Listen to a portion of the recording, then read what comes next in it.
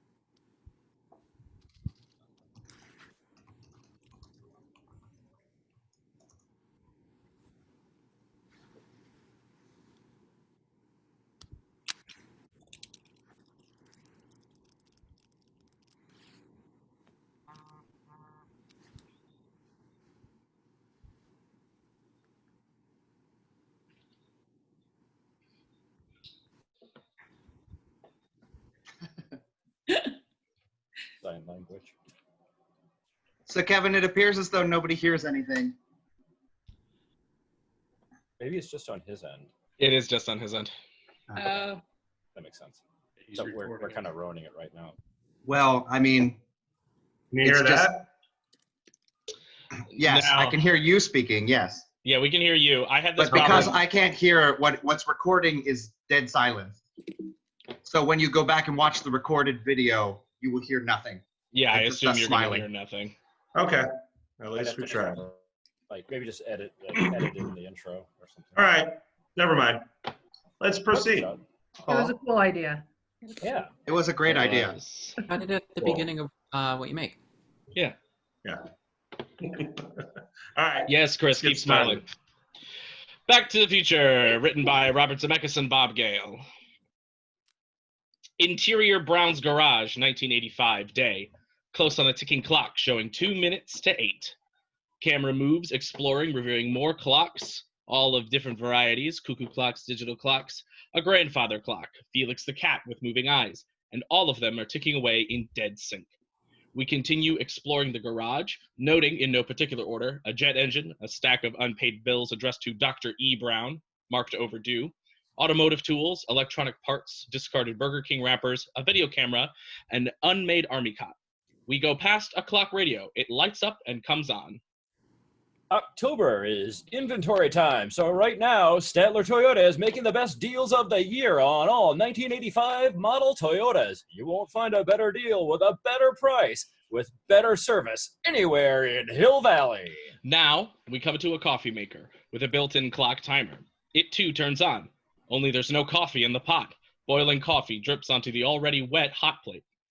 Another timer triggers a TV set. An AM newscast is in progress, and the anchor woman talks against the slide plutonium theft with a yellow and purple radiation symbol. Officials at the Pacific Nuclear Research Facility have denied the rumor that a case of missing plutonium was in fact stolen from their storehouse 2 weeks ago. A Libyan terrorist group has claimed responsibility for the alleged theft. Officials now attribute the discrepancy to a simple clerical error. The FBI, which is still investigating the matter, had no comment. We pass a toaster attached to a timer. 2 pieces of black toast sit on it as the timer clicks on. The ashen toast drops into the toaster again. Clearly, we are seeing a morning routine for someone who hasn't been home for a while. Continued on the floor, a timer clicks on an electric can opener with an empty can of dog food. The empty can goes around. Below it, the dog dish is labeled Einstein, is dog food that's been sitting for a while. Now we hear a key turning in the device in the service door. A pair of feet in Nike tennis shoes enter. Doc? Dr. Brown? Hello? Anybody home? A skateboard is dropped on the floor and it rolls under the army cot, coming to rest against a yellow case with purple radioactive symbols stamped plutonium, property of the Pacific Nuclear Research Facility. Hands connect wires to terminal. Fingers flip switches, illuminating power on lights in consoles. Hands twist thermostats, retrostats. Needles on gauges jump to life.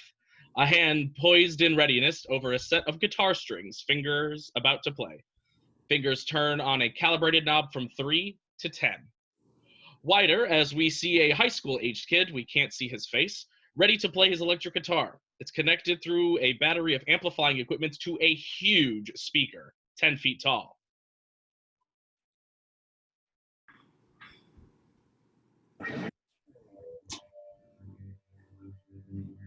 The kid hits it, and there's a tremendous explosion from the speaker, which literally blasts the kid off his feet and into a set of shelves, which collapse, covering him with books, tools, and junk. This blown speaker smokes. On the rubble, as the kid regains his senses and looks around, he's Marty McFly, 17, dressed in jeans and a jean jacket. Whoa. As Marty picks himself up, a huge alarm bell on the wall clangs. Marty runs over to the phone and answers it. Yo. Marty, thank God I found you there. Listen, can you meet me at Twin Pines Mall tonight at 1:15? 1:15 in the morning? Right. I made a major breakthrough, and I'll need your assistance. Yeah, okay, Doc, but what's going on? I'll give you all the details at the appropriate time. Don't forget now, tomorrow morning, 11:15 a.m. Yeah, Doc, about your amplifier. Oh, that's right. Whatever you do, don't use the amps. There's a slight possibility of overload. I was just thinking that. Suddenly, all the clocks strike 8 a.m. at once. Chimes, cuckoos, and digital beeps all toll in a bizarre cacophony. Are those clocks I hear? Yeah, it's 8 a.m. Perfect! My experiment worked. They're all exactly 25 minutes slow. 25 minutes slow. Doc, are you telling me it's 8:25? Precisely. Damn, I'm late for school. Marty hangs up. He puts his Walkman headphones on, grabs his backpack, and reaches down to retrieve the skateboard. Once again, we see the plutonium case, but Marty doesn't. Exterior Brown's garage day. The door opens, and Marty throws his skateboard down. Hops on, he hits play on the Walkman, and hot rock music kicks in. Marty skateboards past the garage, an architectural gem that has seen far better days, and past a Burger King. A truck is pulling out. Marty grabs the back of it and hitches a tow down the street. Exterior, another street. Day. Marty is towed down another street on his way toward town square and school. As the truck he is on continues forward, Marty lets go and turns onto an intervening street. Titles continue as Marty skateboards through a town square that has seen better days. We particularly note the Essex Adult Movie Theater, featuring wet teenage sluts, all seats $5, the modern self-serve Texaco station, where an old lady gets no help as she pumps her own gas, Lou's Aerobic Fitness Center, where 15 to 20 motley women are exercising in the window, the Bank of America, where customers wait in line at a Versateller, Ask Mr. Foster Travel, advertising 10 days in Hawaii, a dilapidated Welcome to Hill Valley sign on the corner, the main square in front of the old courthouse, a parking lot for the Department of Social Services, and the abandoned town theater, all boarded up with Assembly of Christ on the marquee. Marty hooks up to another vehicle and is towed along. Exterior Hill Valley High School. The front of the school has chipped paint and graffiti on the walls. Marty arrives, hops off the skateboard, kicks it up, and runs up the stairs. An attractive girl rushes out towards him. She's Jennifer Parker, 17. The two of them are an item. Jennifer. Marty, you're late. Don't go in this way. Strickland's looking for you. If you're caught, it'll be 4 tardies in a row. Interior school hallway. Jennifer peeks around a corner down the hall. I think we're safe. This time it wasn't my fault. The doc said all his clocks 25 minutes slow. The doc? Am I to understand that you're still hanging around with Dr. Emmett Brown McFly? They turn. It's Mr. Strickland, the stern, no-nonsense disciplinarian. A tardy slip for you, Miss Parker, and another for you, McFly. I believe that makes 4 in a row. Now, let me give you a nickel's worth of free advice, young man. That so-called Dr. Brown is dangerous. He's a real nutcase. You fool around with him and you're going to end up in big trouble. Yes, sir. Clearly, Marty's looking forward to that kind of trouble. You've got a real attitude problem, McFly. You're a slacker. You remind me of your father when he went here. He was a slacker too. Can I go now, Mr. Strickland? I notice you're on the roster for the dance auditions after school. Why even bother, McFly? You don't have a chance. You're too much like your old man. No McFly ever amounted to anything in the history of Hill Valley. Yeah? Well, history's gonna change. Interior school gym day. Close on the side reading auditions, Battle of the Bands. Jennifer Parker stands at the side of the stage and gestures with crossed fingers and a hopeful expression. The object of her attention is Marty on the stage with his band, the Pinheads. Marty acknowledges her. Then he steps forward to address the dance committee. All right, we're the Pinheads. They kick into a red-hot number. Marty's fingers dance across the strings and frets in complicated lead line. He's terrific, and the band sounds great. You only get about 15 seconds into the number when a voice calls out. That's enough. I'm sorry, fellas. I'm afraid you're just too damn loud. Marty and the group stop playing, exchanging bewildered glances. Cut to the town square day. An election sound vehicle wipes the screen with red and white and blue bunting, proclaiming re-elect Mayor Goldie Wilson. Progress is his middle name. And a picture of the incumbent. Mayor Wilson is black, about 50, with a gold front tooth. The truck broadcasts a campaign speech by the mayor. Marty and Jennifer are walking together. She carries her school books, he has the skateboard, and he's depressed. Marty, one rejection isn't the end of the world. I don't know, maybe I'm just not cut out for music. But you're good, Marty. You're really good. And this audition tape of yours is great. You've got to send it into that record company. It's like Doc is always saying. Yeah, I know. If you put your mind to it, you can do anything. That's good advice, Marty. Yeah, but what if I send it in and they hate it? What if they tell me I'm no good? What if they say, get out of here, kid, you got no future? Why should I put myself through all that anxiety? Jeez, I'm starting to sound like my old man. Come on, Marty. Your father's not that bad. At least he's letting you borrow the car tomorrow night. Marty spots a tricked out 4x4 truck on display in the town square parking lot. Hey, check out that 4x4. Wouldn't it be great to take that up to the lake tomorrow? We could put our sleeping bags in the back, lie out under the stars. Someday, Jennifer, someday. What about your mother? Does she know? Are you kidding? She thinks I'm going camping with the guys. If she found out I was camping with you, she'd freak. And I'd get the standard lecture about how she never behaved that way when she was in high school. She must have been born a nun. They pause across from the former courthouse building. She's just trying to keep you respectable. Well, she's not doing a very good job, is she? They move closer. Terrible. They're about to kiss. Save the clock tower! Marty and Jennifer turn. A middle-aged church group type woman has a donation can and an armful of printed flyers. Mayor Wilson is sponsoring an initiative to repair that clock. She points to the stopped clock on the old courthouse building. 30 years ago, lightning struck that clock tower, and the clock hasn't run since. We at the Hill Valley Preservation Society think that it should be preserved the way that it is, as a part of our history and heritage. All right, lady, here's a quarter. Marty drops a quarter into her can and turns towards Jennifer again, but before he can move closer, the clock woman sticks a flyer in front of his face. Don't forget to take a flyer. Marty grabs the flyer out of her hand. All right.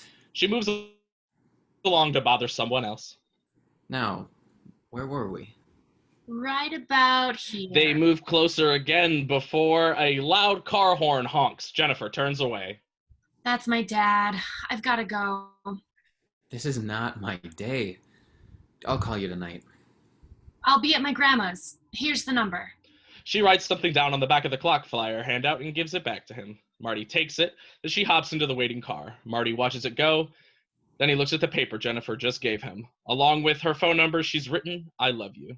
Marty smiles, then looks at the back of it, a reprint of a newspaper article about the clock tower.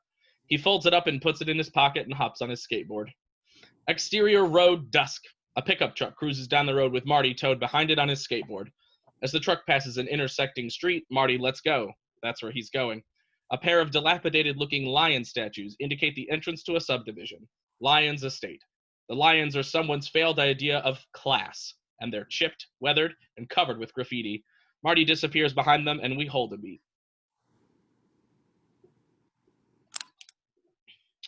Marty McFly home, dusk. A wrecker is in Marty's driveway with the 1979 Plymouth Reliant in tow. and its front end is completely smashed as if someone jammed it into a brick wall. The truck driver is unhitching it. Marty skateboards up to the scene and is shocked. Perfect. Just perfect. Marty rushes into the house. Interior, McFly living room. Marty enters and sees Biff Tannen, an intimidating lout of 48, lambasting Marty's father, George McFly, a timid man of 47. I can't believe you did this, McFly, you Irish bug. I can't believe you loaned me your car without telling me it had a blind spot. I could have been killed. Now, Biff, I never noticed any blind spot before. What are you, blind, McFly? It's there. How else can you explain that wreck out there? Well, can I assume that your insurance is going to pay for the damage? My insurance? It's your car. Your insurance should pay for it. I want to know who's going to pay for this. I spilled beer all over it when that car hit me. Who's going to pay the cleaning bill? George hesitates, then meekly pulls out his wallet. Hey, where's my reports? No, I haven't finished them yet, Biff. I figured since they weren't due until Monday. Hello? Anybody home? Think, McFly, think. I've got to have time to get them retyped. If I turn in my reports in your handwriting, I'll get fired. You wouldn't want that to happen, would you? Would you? Of course not, Biff. Of course not. No. I'll finish those reports and I'll just run them right over first thing in the morning. Not too early. I sleep in on Saturday. Oh, hey, McFly. Your shoes untied. Falling for it. He looks down and Biff hits him in the chin. Biff laughs loudly. Don't be so gullible, McFly. Biff heads towards the door and notices Marty staring at him. What are you looking at, butthead? Biff exits. Marty shakes his head and steps over to his father, outraged. He's about to say something, but George raises his hand and cuts him off.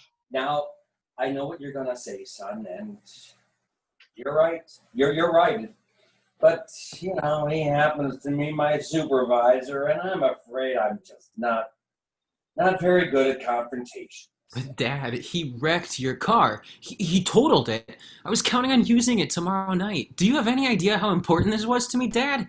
Do you have any idea at all? Marty shakes his head hopelessly. Cut to interior at the McFly's dinner table. Night. The McFly family is dining on meatloaf, Kraft macaroni and cheese, bird's eye mixed vegetables, and French's instant mashed potatoes. Marty's mother, Lorraine, 47, was once very attractive. Now she's overweight, in a rut, a victim of suburban stagnatism. She has more food on her plate than anyone else and a glass of vodka. George has papers in front of him instead of food. He's doing the work Biff gave him. He's also glancing at the television, which is turned to a Honeymooners rerun. Sister Linda, 19, is cute but wears too much eye makeup. Brother Dave, 27, wears a McDonald's uniform and is wolfing down his food. Believe me, son, you're better off not having the aggravation of dealing with that dance. He's right, Marty. If there's one thing you don't need, it's headaches. Marty nods unenthusiastically. Lorraine brings in a cake which says, "Welcome home, Uncle Joey," with a blackbird flying out of a barred prison window. Kids, I guess we're going to have to eat this cake by ourselves. Your Uncle Joey didn't make parole again. I think it would be nice if you all dropped him a line. Uncle Jailbird Joey? He's your brother, Mom.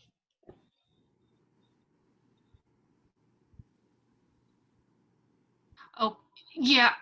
I think it's a major embarrassment having an uncle in prison. Well, we all make mistakes in life, children. Checks his watch. Damn, I'm late. He wipes his mouth and hurries off. David, watch your mouth. You come here and kiss your mother before you go. Come here. Come on, Mom, make it fast. I'll miss my bus. David moves around the table to his father. Hey, see you tonight, Pop. He reacts to George's slicked back hair. Ooh, time to change that oil. Hey, Marty, I'm not your answering service, but while you're outside pouting about the car, Jennifer Parker called you twice. I don't like her, Marty. Any girl who calls up a boy is looking for trouble. Marty,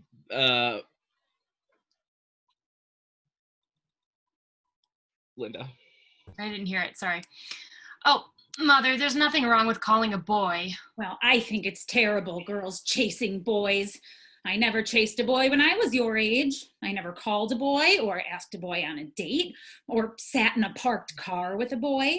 Because when you behave like that, boys won't respect you, Linda. They'll think you're cheap. Linda rolls her eyes. She's heard this a million times. And how are you ever supposed to meet anybody? It'll just happen, like the way I met your father. But that was so stupid. Grandpa hit him with his car. It was meant to be. I still don't understand what Dad was doing in the middle of the street. What was it, George? Bird watching? Absorbed in his work and the television. Wait, did you say something, Lorraine? Anyway, Grandpa hit him with the car and brought him into the house. He seemed so helpless, like a little lost puppy, and my heart just went out to him. Yeah, Mom, you've told us a million times. Florence Nightingale to the rescue. The next weekend, we went on our first date. The Enchantment Under the Sea school dance. I'll never forget it. It was the night of that terrible thunderstorm. Remember, George? What's that, dear? Your father kissed me for the first time on the dance floor. And that was when I realized I was going to spend the rest of my life with him. Marty and Linda exchange looks as they shake their head. I can't believe Dad actually got up enough nerve to kiss you in public. Well, I may have encouraged him a little. I'll bet you had to practically jump on his bones.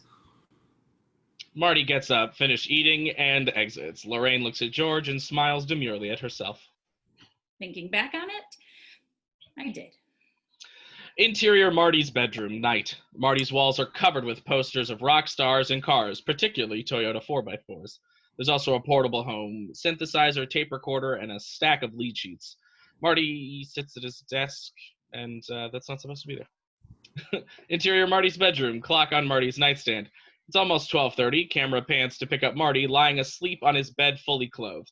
Now Marty's cordless phone beeps. Marty stirs and answers it. Hello? You didn't fall asleep, did you? No, of course not. Uh-huh.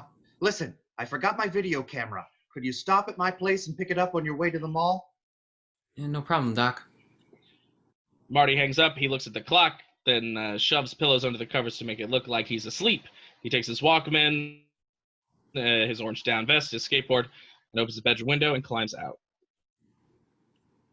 The camera pans down the lit entrance sign depicting 2 pine trees in a row with Twin Pines Mall in lettering, along with a digital clock reading 1:19 to pick up Marty on his skateboard, Walkman, and video camera. Marty skateboards around a corner of the mall and sees an oversized steel step van with a drop-down tailgate, like a ramp, all by itself in the vast parking lot. Sodium vapor lit parking lot. It's beat up, and it has a lettering on the side, Dr. E. Brown Enterprises, 24-hour scientific service. A large dog sits patiently beside it. The animal has a battery-operated digital clock attached to its collar. There are a few boxes, some equipment, and a suitcase nearby. Marty skates over to the truck and the dog. Doc? Hello? Hi, Einstein. Where's the doc? Where's the doc, boy? We hear the engine rev up. The truck engine? The rear truck door suddenly opens and a sleek stainless steel DeLorean drives down the drop gate onto the parking lot. It's been modified with coils and some wicked-looking units at the rear edge of the engine. Marty stares at it in amazement. The DeLorean pulls up to him and stops. The gull-wing driver's door opened and out steps Dr. Emmett Brown, 65. He's clad in a white radiation suit, hood off. His hair is wild. His eyes are full of life and energy. Good evening, Marty. Welcome to my latest experiment. This is a big one, the one I've been waiting for all my life. Marty ogles the vehicle. It's a DeLorean, but what did you do to it? What's with the Devo suit? Bear with me, Marty. All of your questions will be answered. Roll tape, and we'll proceed. Marty raises the camera, and Brown clears his throat and addresses the camera. Good evening. I'm Dr. Emmett Brown. I'm standing here on the parking lot at Twin Pines Mall. It's Saturday morning, October 26th, 1985, 1:19 a.m. And this is a temporal experiment number 1. Come on, Einstein. Get in, boy. The dog obediently jumps in and sits in the driver's seat. Brown buckles him in with one of the shoulder harnesses. Please note that Einstein's clock here is in precise synchronization with my control watch. Brown holds up a digital watch next to Einstein's clock. Indeed, the two are in dead sync. Good luck, Einie. Brown reaches in and starts the ignition. The DeLorean engine roars to life. Brown turns on the headlights and lowers the gull-wing door, sealing Einstein in. He steps back and picks up a remote control unit similar to ones for a radio-controlled toy car. There's a joystick button labeled accelerator and brake, and a joystick and an LED digital readout labeled miles per hour. Brown flicks the power switch on, and using the accelerator button and joysticks for steering, sends the DeLorean down to the far, far end of the parking lot. He turns the car around so that it's pointing toward them, idling. Here we go, Marty. If my calculations are correct, when the car hits 88 miles an hour, you're gonna see some serious shit. Brown takes a deep breath, then pushes the accelerator button. The DeLorean takes off, shifting gears automatically. The LED speedometer passes 30. The stainless steel vehicle zooms faster, past 40. Marty's getting it all on tape. Brown watches intently. The speedometer climbs past 60. In the car, Einstein remains calmly in the driver's seat. Gauges and instruments lights mounted behind him begin flashing. Brown's finger holds the accelerator button down, and the meter passes 75. The DeLorean keeps accelerating, approaching Marty and Brown. The coils mounted at the top of the car begin glowing. The speedometer has hit 85, 86, 87, 88. The automobile is suddenly engulfed in a blinding white light. Glow, then blam! It's gone. A trail of fire in its wake. Brown and Marty are hit by a sharp blast of air. Marty blinks and existed. Only the license plate is left behind, a vanity plate, reading, "No time." What did I tell you? 88 miles per hour. Temporal displacement occurred at exactly 1:02 a.m. and 0 seconds. Christ almighty, you disintegrated Einstein. Calm down, Marty. I didn't disintegrate anything. The molecular structure of both Einstein and the car are completely intact. Then where the hell are they? The appropriate question is, when the hell are they? You see, Einstein has just become the world's first time traveler. I sent him into the future, 1 minute into the future to be exact, and exactly 1:03 a.m. and 0 seconds, we shall catch up to him and the time machine. Time machine? Are you trying to tell me you built a time machine out of a DeLorean? The way I figure it, if you're gonna build a time machine into a car, why not do it with some style? Besides, the stainless steel structure is made the flux dispersal. 10 seconds. Roll tape and brace yourself for a sudden displacement of air. 5, 4, 3, 2, 1. Their hair stands up on end, charged with static electricity. Suddenly, a sharp blast of wind comes up out of nowhere, along with a deafening sonic boom, and the DeLorean reappears right where it vanished, still going 88 miles per hour. Doc Brown hits the brake button, the car wheels lock up, and the DeLorean comes to a screeching halt, smoke pouring off the body. Doc Brown and Marty rush over to the car. Brown approaches cautiously and reaches for the door handle. He touches it and recoils in pain. Hot? Cold. Damn cold. Brown raises the driver's side door, and there sits Einstein, none the worse for wear. Brown again compares his watch to Einstein's. Einstein's reads 1:20, 10 seconds. Brown's is 1:21, 10 seconds. Exactly 1 minute difference, and it's still ticking. Is Einstein all right? Brown unbuckles the shoulder harness, and Einstein bounds out, happy and playful. Brown gives the dog a milk bone as a reward. Good boy, Einie. He's fine. He's completely unaware that anything has happened. As far as he's concerned, the trip was instantaneous. That's why his watch is a minute behind mine. He skipped over that minute to instantly arrive at this moment in time. Come here, let me show you how it works. Marty is still a bit skeptical, uneasy. Brown waves him over like a kid who wants to show off a new toy. Marty approaches cautiously. Okay, first, you turn on the time circuits. Brown flips the labeled switch, an array of indicator lights go on inside. This readout tells you where you're going, this one tells you where you are, and this one tells you where you were. The three readouts are respectively labeled destination time, present time, and last time departed. You input your destination time on this keypad. Want to see the signing of the Declaration of Independence? He punches in 1776. The destination time lights up with the date. Or witness the birth of Christ? He punches in 12/25/0. Here's a red letter date on the history of science. November 5th, 1955. He pauses, realizing something, as if something suddenly makes sense to him. Yes, of course. November 5th, 1955. What happened then? Well, that was the day I invented time travel. I remember it vividly. I was standing on the edge of my toilet, hanging a clock. The porcelain was wet. I slipped. I hit my head on the sink. And when I came to, I had a revelation, a vision, a picture in my head, a picture of this. This is what makes time travel possible. The flux capacitor. Flux capacitor, huh? It's taken me almost 30 years and my entire family fortune to fulfill the vision of that day. Oh, my God, has it been that long? I've been working on this, 29 years, 11 months, 355 days, excluding vacations, of course. Almost 30 years, amazing. Things have certainly changed. This all used to be farmland here, as far as the eye could see. This is heavy duty, Doc. And it runs on, like, regular unleaded gas? Unfortunately, no. It requires something a little more kick. Brown indicates a container with a purple radioactivity symbols on it. Plutonium? You mean this sucker's nuclear?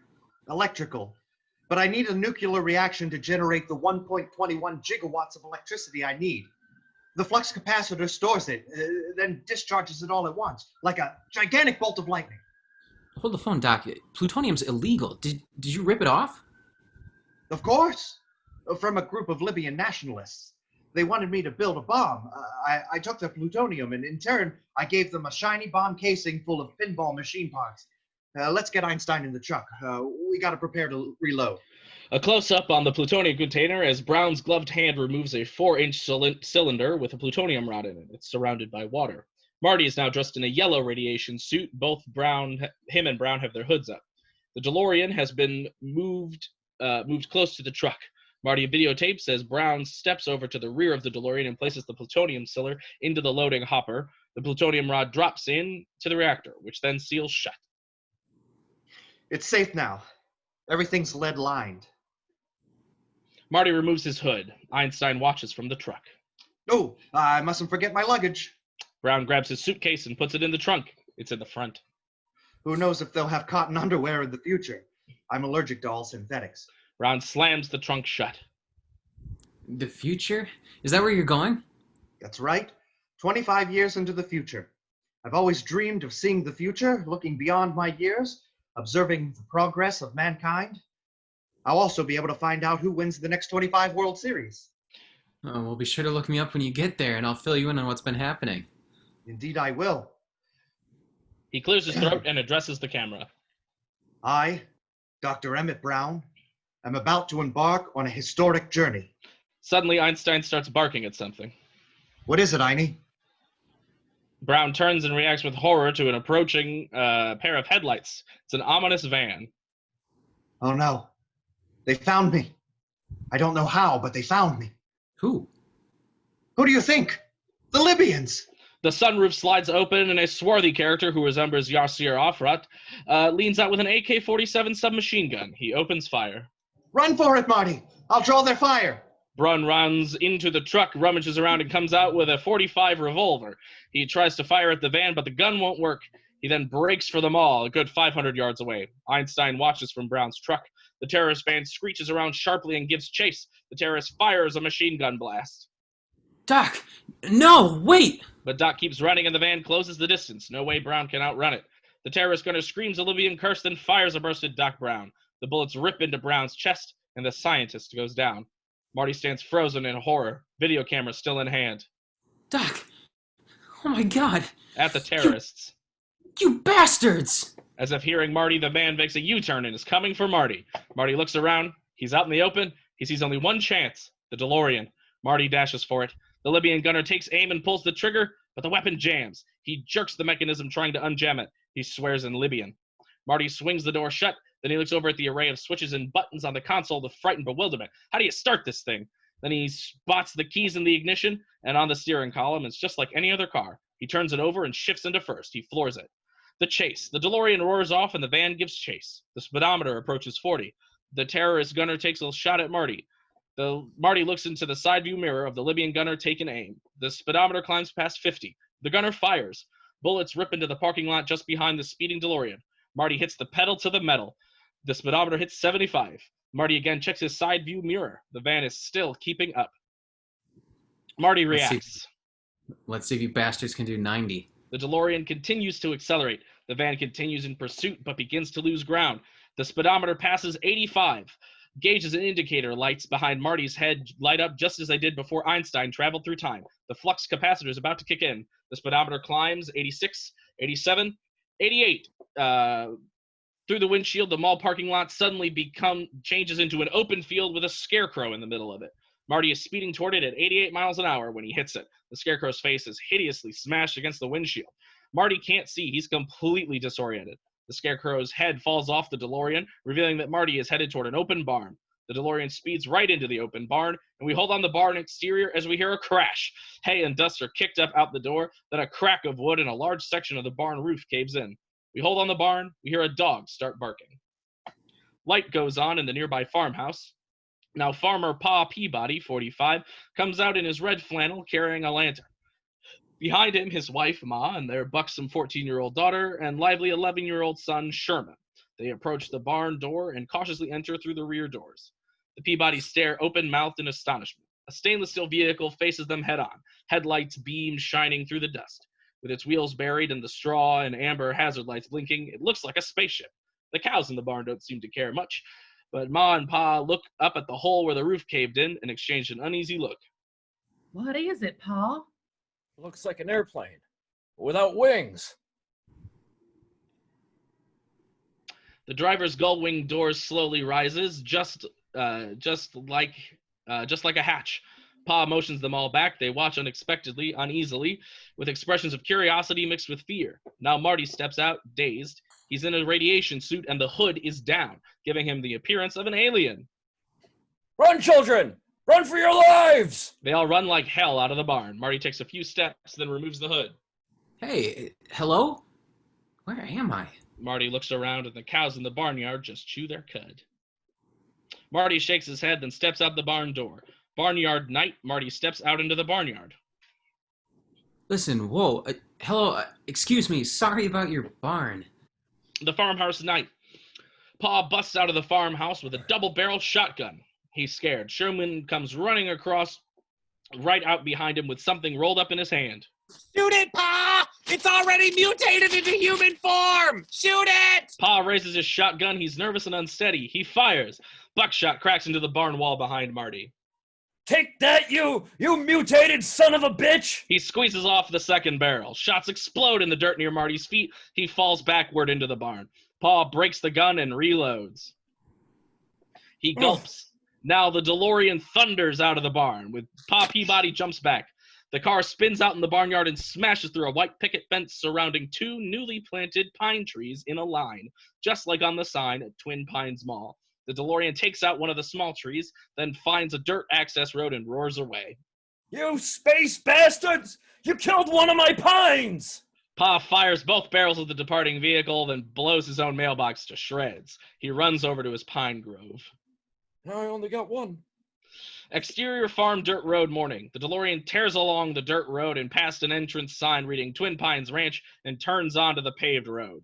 Marty is driving. He's out of breath, scared, and disoriented. Marty's foot slams on the brakes. Exterior road day. Marty burns to a screeching halt and the engine dies. Marty gets out of the DeLorean and takes us to the Lion's Gates of Lion Estates, standing alone on a dirt road, surrounded by colored pennants and a large sign promoting the development. The gates are brand new. We crane up, revealing empty farmland behind.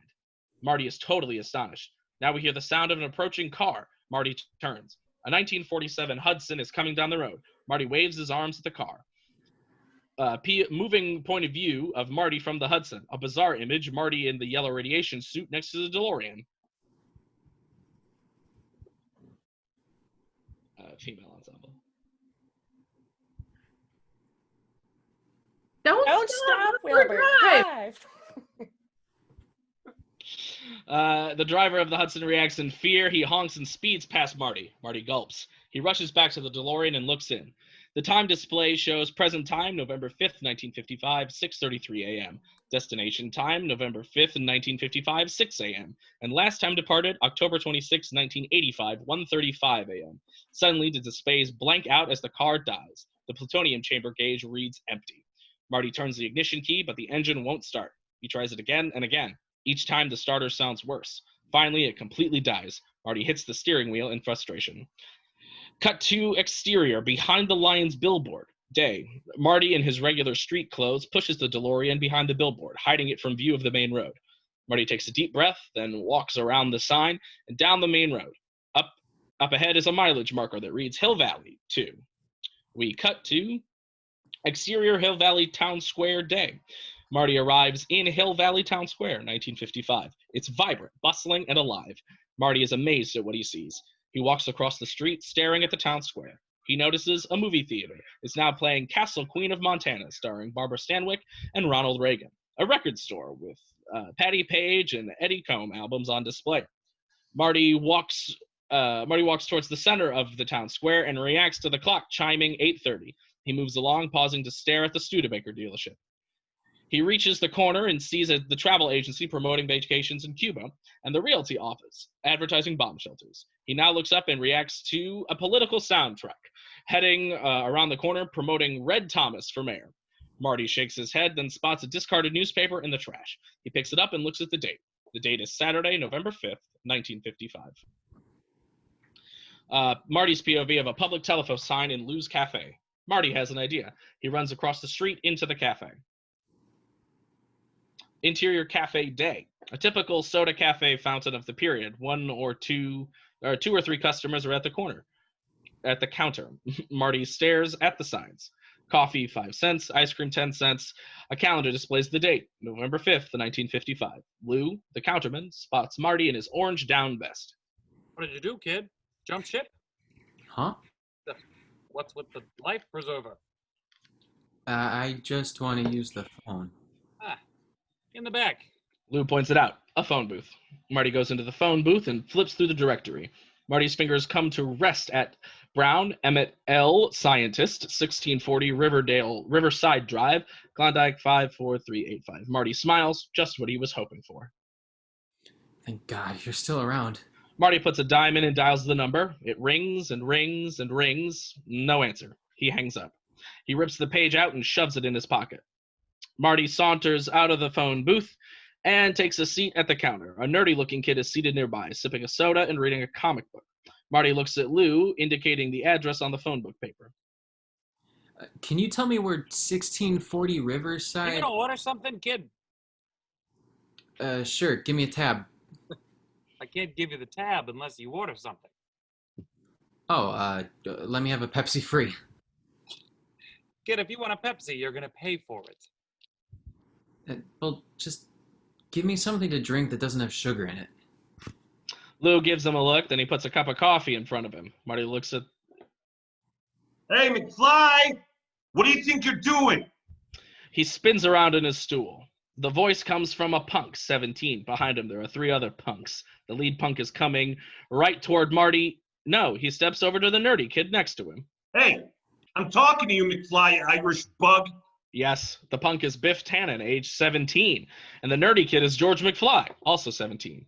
Biff's boys buy cigarettes at the counter. They are Match, perpetually chewing a wooden matchstick, Skinhead, who is a crew cut, just this side of being bald, and 3D, who always wears red and green 3D glasses.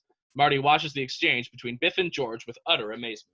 Oh, hi, Biff. Hi, guys. You got my homework finished, McFly, you Irish bug? Well, no, I figured since it's not due till Monday. Hello? It knocks on George's head. Anybody home? Think, McFly, think! I gotta have time to recopy it. Do you realize what would happen if I turned in my homework in your handwriting? I'd get kicked out of school. You wouldn't want that to happen, would you? Would you? No, Biff, no, of course not. What are you looking at, butthead? Biff, get a load of his life preserver. This kid thinks he's gonna drown. They all laugh, and Biff turns back to George. So how about my homework, McFly? Oh, yeah, okay, Biff. I'll do it tonight and bring it right over first thing tomorrow. Not too early. I sleep in on Sundays. Oh, hey, McFly, your shoe's untied. He looks down and falls for it. Biff hits him in the chin. He laughs loudly, as do his cronies. I don't want to see you in here again. Yeah, well, all right, bye-bye. Bye. Marty gapes open-mouthed. What? You're George McFly. Yeah, who are you? Marty doesn't know what to say. A black busboy has been sweeping in the background and just made his way over. He looks at George. As he talks, we see he has a gold front tooth. It's Goldie Wilson, age 21. Say, why you let those boys push you around for? Well, he's bigger than me. Stand tall, boy. You gotta have some respect for yourself. You let people walk over you now, they'll be walking all over you for the rest of your life. Look at me. You think I'm gonna be spending the rest of my life in this slop house? Dad, watch it, Goldie. No, sir. I'm gonna make something of myself. I'm going to night school. I'm gonna be somebody. Yeah, he's right. He's gonna be mayor someday. That's an idea that's never occurred to Goldie. Mayor? That's a good idea. I could run for mayor. George slips out as the conversation continues. Colored mayor. Oh, that'll be the day. You wait and see, Mr. Carruthers. I'm gonna be mayor. I'll be the most powerful man in Hill Valley. I'm gonna clean up this town. Well, you can start by sweeping the floor. Mayor Goldie Wilson. I like the sound of that. Marty notices that George has left. He sees George bicycling past the windows. Marty runs out after him. Hey, Dad, George, hey, you on the bike? We cut to a residential street day. The homes evoke pleasant nostalgia. Front porches, white picket fences. Marty comes from around a corner and sees George's bike parked under a tree. Marty looks around, then spots George up in the tree, precariously out on a branch overhanging the street, about 12 feet up. George has a pair of binoculars trained on the second-story window in a house across the street. Marty can't figure it out. He moves closer for a better view. George focuses the binocular. George's point of view through binoculars of a naked girl on the second-story bedroom window dressing. Marty watches in disbelief as he realizes what George is doing. He's a peeping Tom. George's POV as the girl moves closer to the window. George tries to get closer, but he loses his balance. He tumbles into the street. Wider, Marty watches George as he groans, then slowly tries to get up. Now a car comes from around the corner. George doesn't see it, but Marty can see that it's going to hit George. Dad, look out! But George is still dazed. Marty dashes into the street and in a spectacular flying leap, knocks George out of the path of the oncoming car. As Marty moves to avoid a car, the car swerves in the same direction. There's a screech of brakes and the car hits Marty. George, never one to get involved, grabs his bike and pedals off, leaving Marty lying in the street unconscious. We dissolve to a darkened bedroom night. Marty is lying in bed, lit by ambient light from a doorway. Female hands place a cold compress on the bruise on his forehead. Marty groans and stirs. Mom, is that you?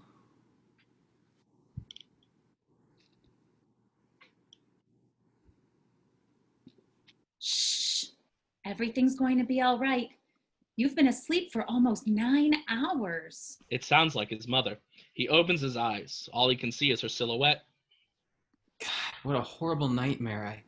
I dreamt I went way back in time. He starts to sit up. Well, you're safe and sound, back where you belong in good old 1955. 1955? She turns on the bedside lamp. It's the same girl George was spying on, and Marty recognizes her just as we do. Oh my God, you're my. My name's Lorraine Baines. Marty stares at her for a long moment. But you're so thin. Just relax, Calvin. You got quite a bruise on your head. Looks under the blankets. Where are my pants? Over there on my hope chest. I've never seen purple underpants before, Calvin. Marty covers himself up. Calvin, why are you calling me Calvin? Well, isn't that your name? Calvin Klein? It's written in your underwear. Oh, I guess people call you Cal. No, well, actually people call me Marty. Well, I'm pleased to meet you, Marty. She comes over and sits on the bed right next to him. She's very interested in him. Mind if I sit here? No.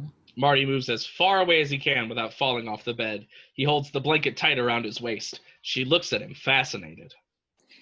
That is quite a bruise there. She gently strokes his bruised forehead. Then she runs a hand through his hair.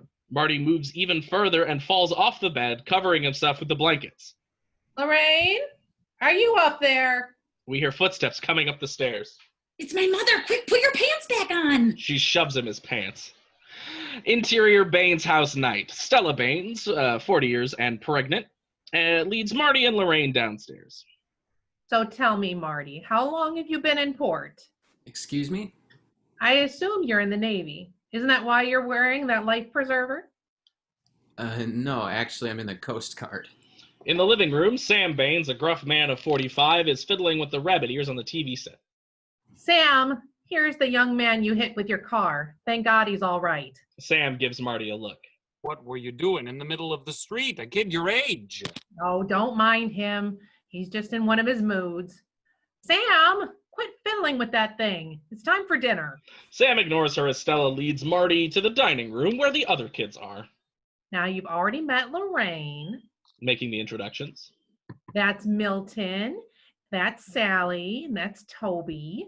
Milton, 12, wears a Davy Crockett coonskin cap. Sally is 6. Toby is 4. And next to you there in the playpen is little baby Joey. Marty turns and looks with amazement at 11-month-old Joey, rattling the bars of his playpen. So you're my Uncle Joey. Get used to those bars, kid. Oh, yes. Little Joey loves being in his playpen. He actually cries when we take him out, so we just leave him in there all the time. It seems to make him happy. I hope you like meatloaf, Marty. Listen, I really should be going. Now, Marty, I won't take no for an answer. You sit down and have dinner with us. Sit here, Marty. Lorraine beckons him to the empty seat next to hers. A plate of meatloaf is there waiting for him. It looks like the same meatloaf he had for dinner in 1985, in fact. The whole dinner is the same. Sam, would you quit fiddling with that thing and come in here and eat? Sam Baines, 45, rolls in a brand new television on a plywood dolly of his own construction. Ah, look at this. It rolls. Now we can watch Jackie Gleason while we eat. Oh, boy. Sam fiddles with her rabbit ears and brings in a rather muddy image of a cigarette commercial. Back to the shot.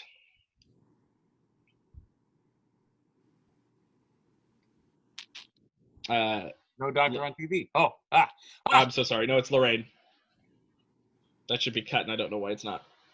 Oh, okay. Our first television set. Nope, that's me. Hold on. Our first television set. Dad picked it up today. Do you have a television? Yeah, 2 of them. Wow, you must be rich. Milton, he's teasing you. No one has 2 television sets. The Honeymooners has resumed. The classic Man from Space episode. Hey, I've seen this one. This is a good one. It's where Ralph dresses up as the man from space. What do you mean you've seen it? It's brand new. I saw it on a rerun. It's a rerun. You'll find out. Quiet. I want to hear this. Marty, there's something very familiar about you. Do I know your mother? Marty glances at Lorraine, then smiles weakly. Yeah, I think maybe you do. Well, I'd like to give her a call. Let her know you're all right. Well, you can't. That is, no one's home. He pulls out the phone book page. Could you tell me where Riverside Drive is? Riverside. Yeah, sure. It's on the east end of the town, a block past Maple. Block past Maple? But that's John F. Kennedy Drive. Pardon me? That's John F. Kennedy Drive. Who the hell is John F. Kennedy? Mother, with Marty's parents out of town, don't you think he should spend the night here? After all, Dad almost killed him with his car. He gives a flirtatious smile. Marty, Lorraine is right. You must spend the night. You're our responsibility. Gee, I don't know. And he can sleep in my room. Under the table, Lorraine puts her hand on Marty's leg. Marty jumps up to his feet. Actually, I really gotta be going. He's backing out toward the front door. Thank you for everything, and I'll see you all later. Much later. He turns and hurries out of the house.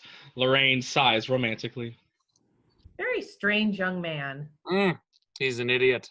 Comes from upbringing. His parents are probably idiots too. Lorraine, if you ever had a kid who acts that way, I'll disown you. Exterior Brown's house, night. The house at 1640 Riverside Drive is huge, beautiful. Marty checks the address against the phone book page. It matches. He recognizes the garage as the same one we saw in 1985, except it's in better shape. In 1985, the house has been torn down and a fast food stand put up. Exterior Brown's front door, closer angle.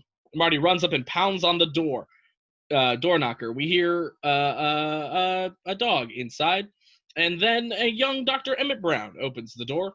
He's wearing an outrageous contraption on his head, a bizarre conglomeration of vacuum tubes, rheostats, gauges, wiring, and antennas, but there can be no doubt that this is the same Dr. Brown, some 30 years younger. Beside him is another dog. Marty stares at Brown's weird headgear. Brown yanks him inside. Interior Brown house. Don't say a word. Brown attaches a suction cup to Marty's forehead, which is connected to wires into Brown's contraption. Doc? No, don't tell me anything. I'm going to read your thoughts. Marty indulges him. Brown flips a switch on his brainwave analyzer. It hums to life, and sparks jump from antenna to antenna. Brown concentrates as if he's trying to pick up brainwaves. Let's see. You've come here from a great distance. Marty nods, wondering if maybe the thing does work. Because you want me to buy a subscription to the Saturday Night Evening Post. No. Don't tell me. Don't tell me. Donations! You're collecting donations for the Coast Guard Youth Auxiliary. No. Doc, listen. I'm from the future. I came here in a time machine you invented, and now I desperately need you to help me get back to the year 1985. Brown stares at him in utter amazement for a moment. My God. Do you know what this means? He pauses dramatically, then removes the contraption from his head. It means that this damn thing doesn't work at all. 6 months of labor for nothing. Where did I go wrong? Doc, you gotta help me. You're the only one in the world who knows how your time machine works. Brown knits his brow and rubs the bandage on his forehead. Time machine? I haven't invented any time machine. You will. Look, I'll prove it to you. Look, here's my driver's license. It expires 1987. See my birth date? I haven't even been born yet. And here's a picture of me, my sister, and my brother.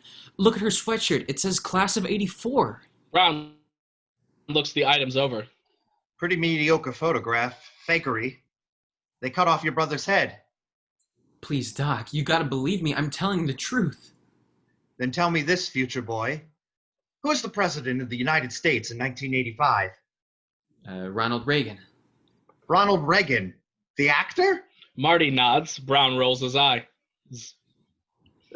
And who's the vice president? Jerry Lewis? That's the most insane thing I've ever heard. Brown picks up his brainwave analyzer blueprints and rushes out the back door. Marty runs after him.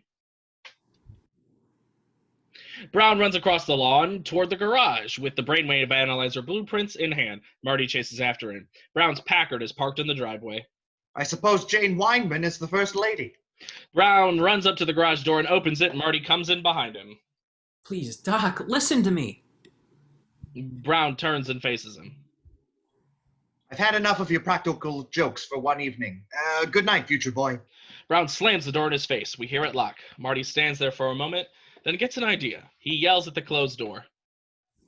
Dr. Brown, that bruise on your head, I know how you got it.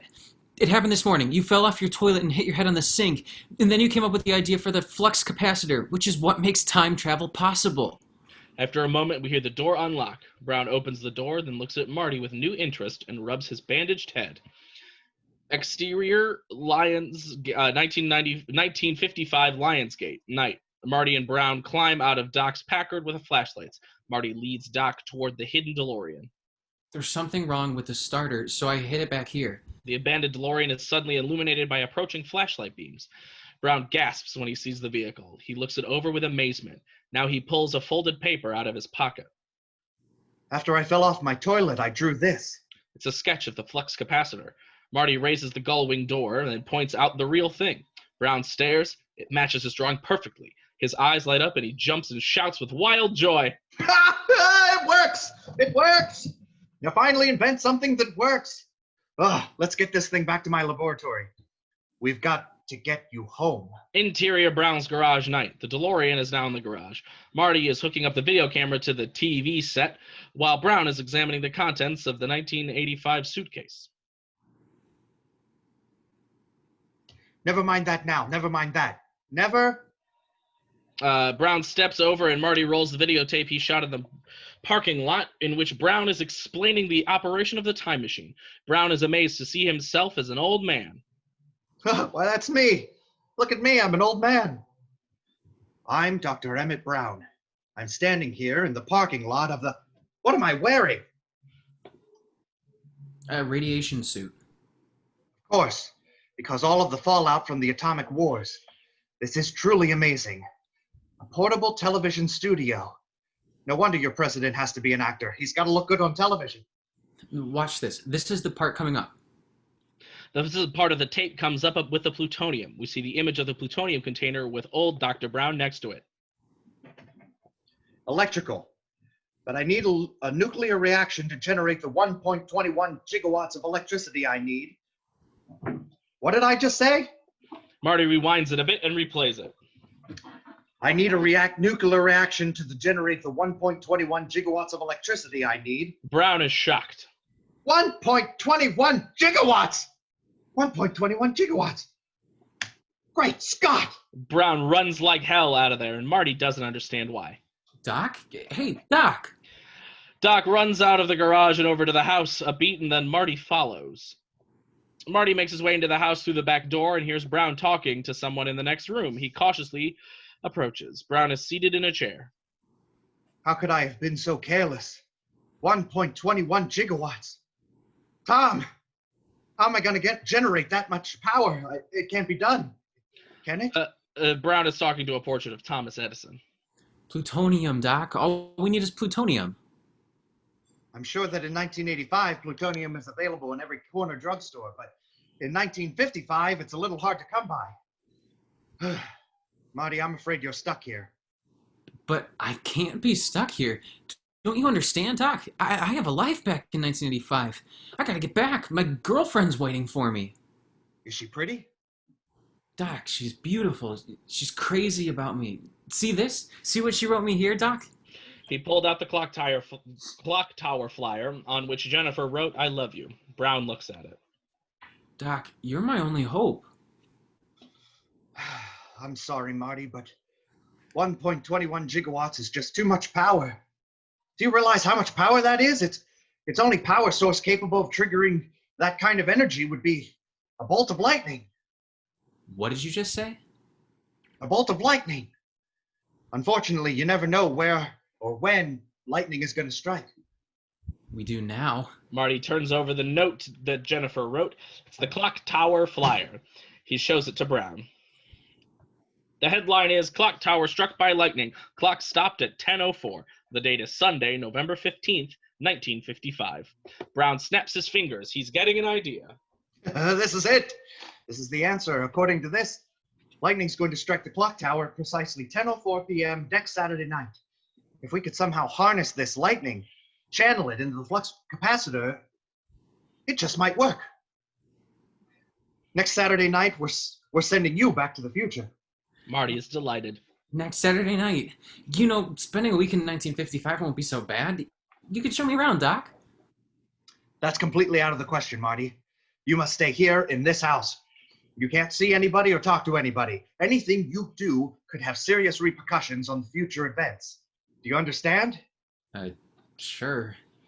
Marty, who else did you interact with today besides me? Well, nobody really. I just sort of bumped into my parents. Great Scott! Let me see that picture again. The one of your brother. Brown takes Marty's wallet and looks at the picture. His expression becomes grim. What's the problem? It's happened. This proves my theory. Look at your brother. Brown shows it to him. Marty's brother Dave has no head. His head's gone. It's like it's been erased. Erased from existence.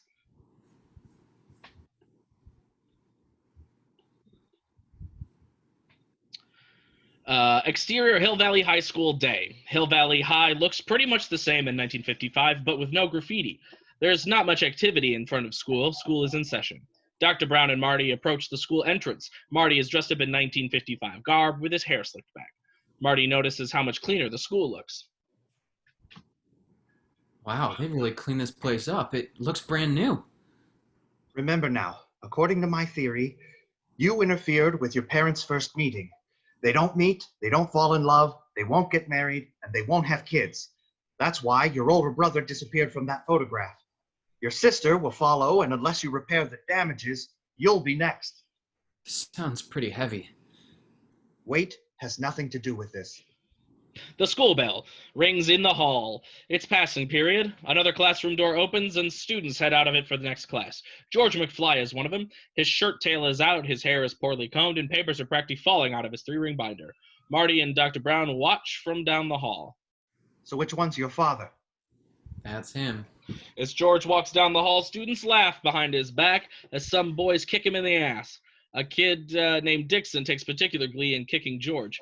George turns. He has a kick me sign hooked on his collar. Dr. Brown shakes his head at this pathetic sight. Maybe you're adopted. Now a hand yanks George by the arm. Mr. Strickland. And he looks exactly the same. Marty's amazed. McFly, shape up, man. He pulls the sign off George's shirt and shoves it to him. You're a slacker. Do you want to be a slacker the rest of your life? George shakes his head unconvincingly. Continued on Marty and Brown, Marty can't believe what he's seeing. It's Strickland. Jesus, didn't that guy ever have hair? What did your mother see in that kid? I don't know, Doc. I guess she felt sorry for him because her dad hit him with the car. Hit me with the car. That's the Florence Nightingale effect. It happens when nurses fall in love with their patients. Go to it, kid. Marty takes a deep breath and starts walking toward George. George, hey, buddy. You're just the guy I wanted to see. You remember me? I saved your life. Oh, yeah. Listen, there's somebody I want you to meet. Come here. He pulls him down the hall around a corner where Lorraine is at her locker with Betty and Babs. Excuse me, Lorraine? Lorraine turns and reacts with delight. Calvin, I mean, Marty. Lorraine, there's somebody I want you to meet. This is my good friend, George McFly. George, this is Lorraine. It's really a pleasure to meet you. Lorraine doesn't pay attention to George the slightest bit of attention. She only has eyes for Marty. Oh, Marty, I was so worried about you running off like that the other night with that bruise on your head. Is it all right? Yeah. The bell rings. I'm late. I'll see you later. She hurries off down the hall with her girlfriends. They pass by Dr. Brown. Isn't he a dream? George has run off in the opposite direction. Marty stands in the middle of the hall, completely bewildered. Brown joins him. She didn't even look at him. This is more serious than I thought. Apparently, your mother is amorously infatuated with you instead of your father. Are you trying to tell me my mother's got the hots for me? At the risk of sounding crude, yes. Jeez, Doc, that's pretty heavy. There's that word again, heavy. Why are things so heavy in the future? Is there a problem with the Earth's gravitational pull? What? Brown snaps his fingers and he gets a new thought. The only way those two are going to successfully mate is if they're alone together. So you've got to arrange to get your father and mother to interact on some sort of social... Brown can't think of the word. You mean a date? Right. What kind of date? I don't know what kids do in the 50s. Well, they're your parents. You must know them. What are their common interests? What do they like to do together? Marty thinks a moment. Nothing. Brown notices a hand-painted banner in the hall announcing the Enchantment Under the Sea dance this Saturday night. Look, there's a rhythmic ceremonial ritual coming up. Marty sees the sign and has a revelation. That's right. Enchantment Under the Sea. They're supposed to go to that dance. That's where they kiss for the first time. Ah, all right, kid. You stick with your pop like glue and make sure he takes her to the dance. Cut to the cafeteria. George is seated at a table, having lunch and writing furiously. He has a copy of Amazing Stories science fiction magazine with his books. Marty comes over and sits down across from him. Hey, George, remember that girl I introduced you to, Lorraine? What are you writing, George? Oh, it's a science fiction story about visitors from other planets coming to Earth. I never knew you did anything creative. Could I read it? Oh, no, I never let anybody read my stories. Why not? What if they didn't like them? What if they told me I was no good? Marty's having a bad case of deja vu. This must be pretty hard for you to understand, though, huh? No, George, it's not that hard at all. There's a long moment as Marty looks at George in a new light and sees himself. Listen, George, about Lorraine, she really likes you, and she wanted me to tell you that she'd really like for you to take her to the Enchantment Under the Sea dance. Really? Yep, all you gotta do is go right over there and ask her. Marty points out where she's sitting. Right now? Here in the cafeteria? No. What if she said no? I don't think I could take that kind of rejection. Marty's starting to get exasperated. George, I'm telling you, if you don't ask Lorraine to that dance, I'm gonna regret it for the rest of my life. Well, I just got the feeling that she'd rather go with somebody else. Who? He points. Biff. Marty looks and reacts with horror. At another table, Biff is trying to put his hands on Lorraine. She's trying to push him away. Quit pawing me, Biff. Leave me alone. Come on, Lorraine, you want it. You know you want it, and you know you want me to give it to you. Shut your filthy mouth. I'm not that kind of girl. Maybe you are. You just don't know it yet. Get your meat hooks off of me. But Biff persists. She said to get your hands off her. Biff turns to find himself facing Marty. What's it to you, butthead? You know, you've been looking for... Strickland approaches behind Marty. Biff sees him and plays it cool. Since you're new here, twerp, I'm cutting you a break today. So why don't you just make like a tree and get out of here? Biff walks off. Strickland is distracted by a paper airplane and leaves. Marty turns to George, but he's gone. We cut to an exterior street and McFly house, 1955 day. Marty is walking along the tree-lined street with George on his way home from school. George, I'm telling you, if you don't take Lorraine to that dance, I'm gonna regret it for the rest of my life. But I can't go. I'll miss my favorite television program, science fiction theater. Come on, George. Lorraine really wants to go with you. Give her a break. Now they're in front of George's house. Look, I'm just not ready to ask Lorraine out. And not you or anybody else under this planet is going to make me change my mind. George storms into his house, leaving Marty speechless. Marty takes out the family snapshot and looks at it. All that's left of Dave are his feet. Science fiction theater. Exterior George's house night, all is quiet and the house is dark. Interior George's bedroom, close on a clock on the nightstand. It's almost 1:30. We pan over George's face. He's sleeping soundly in bed.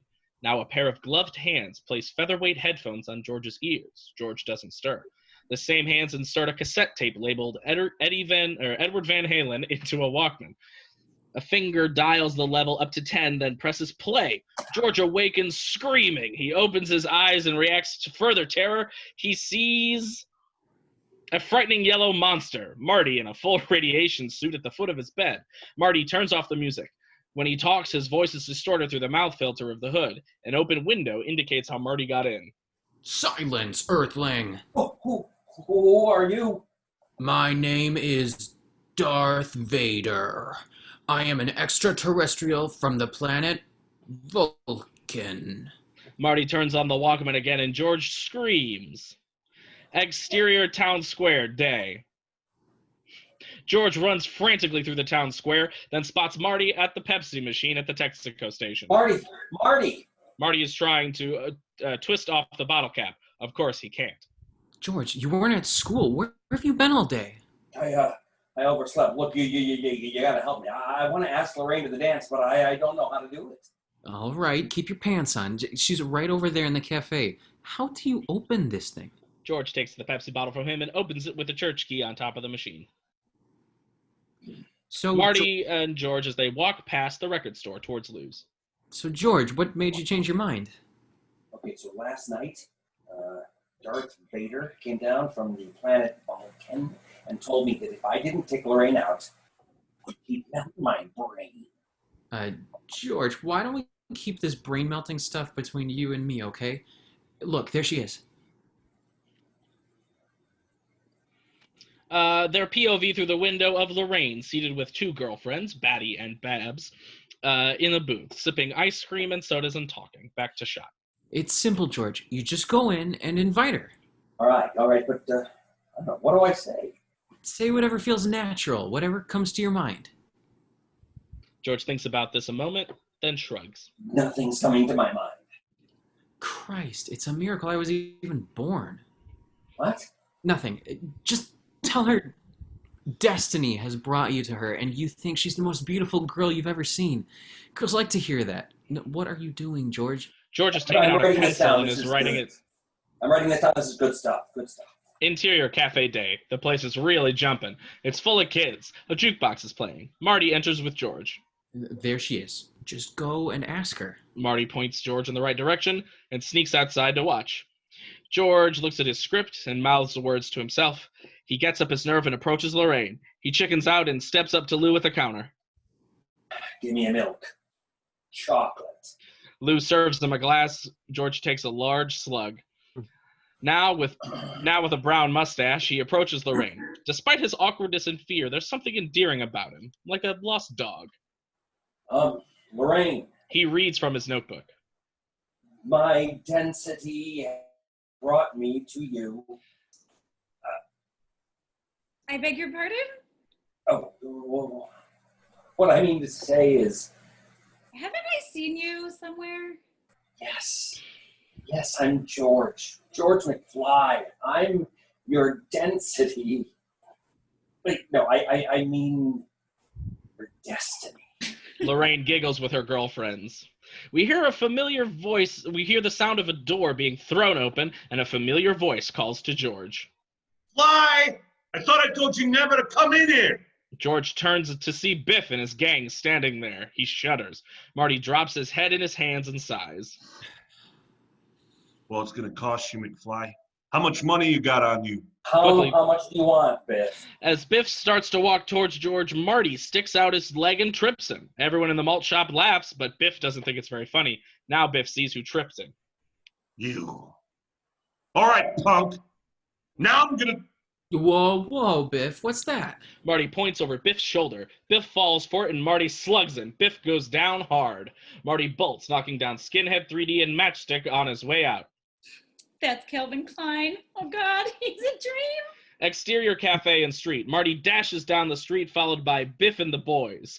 Most of the kids in the cafe hurry outside to watch, including Lorraine and her friends. Marty looks behind him. Biff and company are gaining. Then one of the kids on a scooter comes by. Thinking quickly, Marty yanks the scooter out from under him, kicks off the orange crate, and creates a homemade skateboard. Marty hops onto it and sails down the sidewalk. Biff and the boys have never seen anything like it, nor has the kid with the scooter. Everyone stares as Marty whizzes down the sidewalk. Wow, look at him go! What is that thing? In the car! Biff and the gang jump into Biff's convertible parked nearby. Biff peels out after Marty. Marty looks over his shoulder and sees the convertible closing in. He cuts a sharp turn into the street, crossing right in front of Biff's car and headed back in the opposite direction. Biff and the boys are stunned. Another car comes up from behind Marty. As it passes, Marty grabs onto the back and hooks for a ride. Biff cuts a U-turn. Marty, towed by the car, zooms past the cafe. The spectators are truly amazed. Lorraine stares in open-mouthed awe. You're on mute. Oh, shit. Is that me? Lorraine. Amy, you're on mute. I lost us. Sorry. Oh, he's an absolute dream. Biff's convertible continues the pursuit. The car towing Marty turns right and heads up the street toward the courthouse. Biff screeches around the corner and speeds after him. Marty looks over his shoulder. Biff is closing in. The tow car is approaching the courthouse. Biff is moving right onto Marty's ass. Suddenly, Marty lets go of the car and cuts a hard right into the sidewalk in front of the courthouse. Biff is going too fast. He overshoots it. Marty freewheels down the sidewalk around startled pedestrians. Biff backs up, shifting into first, cuts right, and roars right down the sidewalk after Marty. The pedestrians dive out of the way onto the square or up the courthouse steps. Marty reaches the intersecting street, and Biff is ready to nail him. Marty makes his turn. Biff cuts over. Marty does a quick 180 on his board, then holding up the front end of Biff's convertible. Biff's car pushes Marty backward down the street. Biff smiles sadistically at Marty. Marty gulps. He has no choice but to hang on. Biff jerks the wheel back and forth, weaving, trying to knock Marty off. Marty hangs on, weaving with him. Marty looks over his shoulder and ahead, The same traffic lane is open to a manure truck. In Biff's car, Biff's boys exchange looks. Marty looks around. He doesn't know what to do. In an amazing maneuver, Marty leaps up, setting the board forward under the car, and lands on the hood of Biff's car. Marty jumps over the windshield, bounds over the seat onto the rear deck of the car, jumps just in time to catch the skateboard as the car passes over it. Biff and his boys are stunned. They all turn their heads in disbelief to watch Marty. They turn back just in time to see the maneuver. We hear an off-screen crash.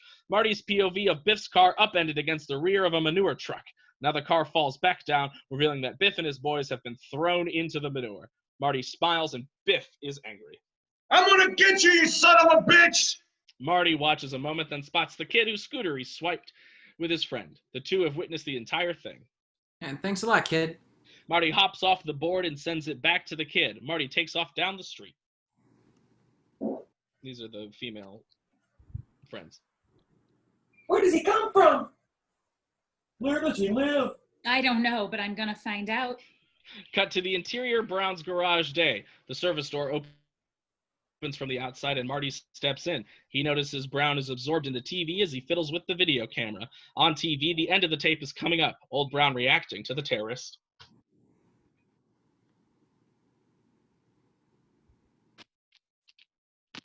You're on mute, Derek. They found me. I don't know how they found me. Run for it, Marty. The tape ends abruptly. Marty reacts with pain, remembering what followed. He clears his throat. Brown turns around in surprise like he's been caught with his hand in the cookie jar.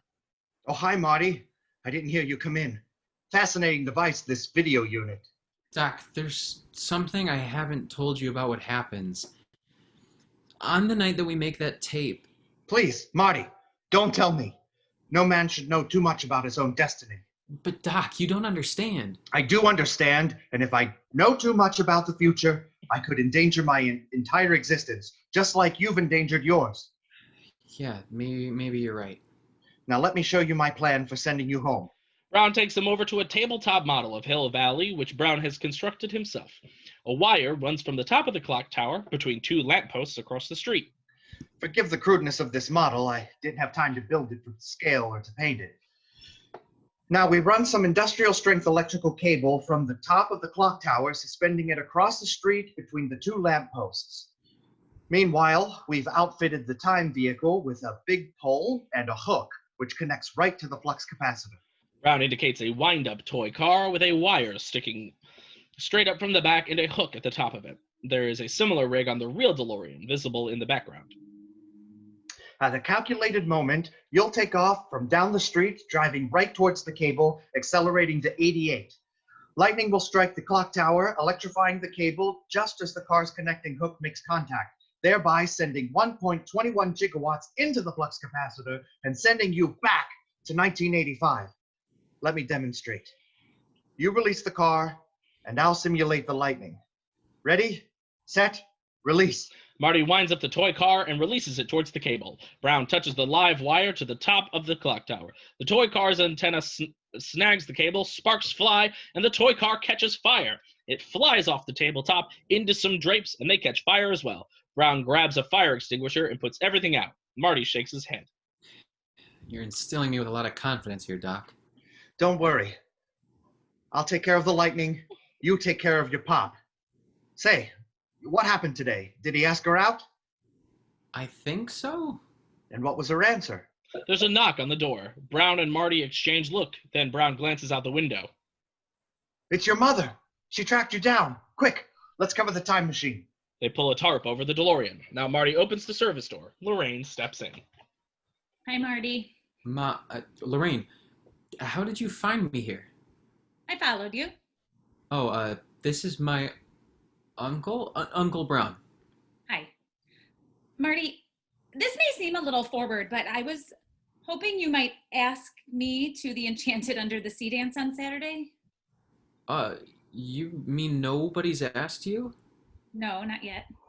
What about George? George McFly?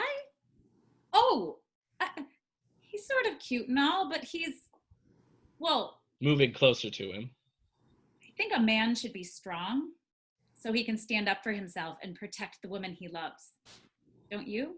She moves closer. Marty gulps. This is really getting out of hand. Exterior George's backyard day. George seems very bewildered about what Marty has been trying to explain to him. I still don't understand. How can I go to the dance with her if she's going with you? She wants to go with you, George. She just doesn't know it yet. That's why we gotta make you look like a fighter. Somebody who'll stand up for himself. Somebody who'll protect her. Oh, I've never picked a fight in my life. You're not picking a fight, Daddy-o. You're coming to her rescue. Maybe we'd better go over the plan again. Where are you gonna be at 8:55? At the dance. Where am I gonna be? In the parking lot with her. Okay, so right around 9, she's gonna get very angry with me. Yeah, why? Why what?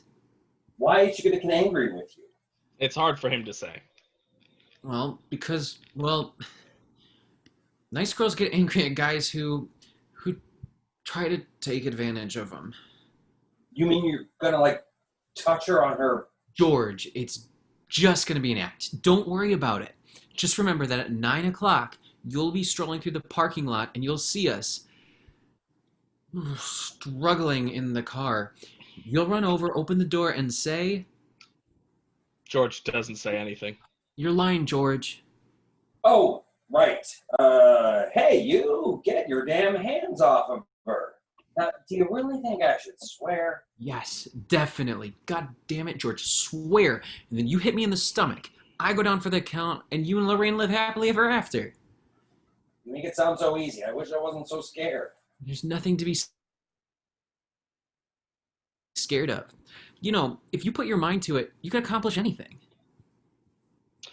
We cut to exterior town square clock tower night. It's a few minutes before 8 o'clock. We hear a radio weather forecast as the camera takes us from the lightning rod atop the clock tower, along the cable strung across the square to the street where Brown's Packard is parked nearby. The weather report emanates from the car radio.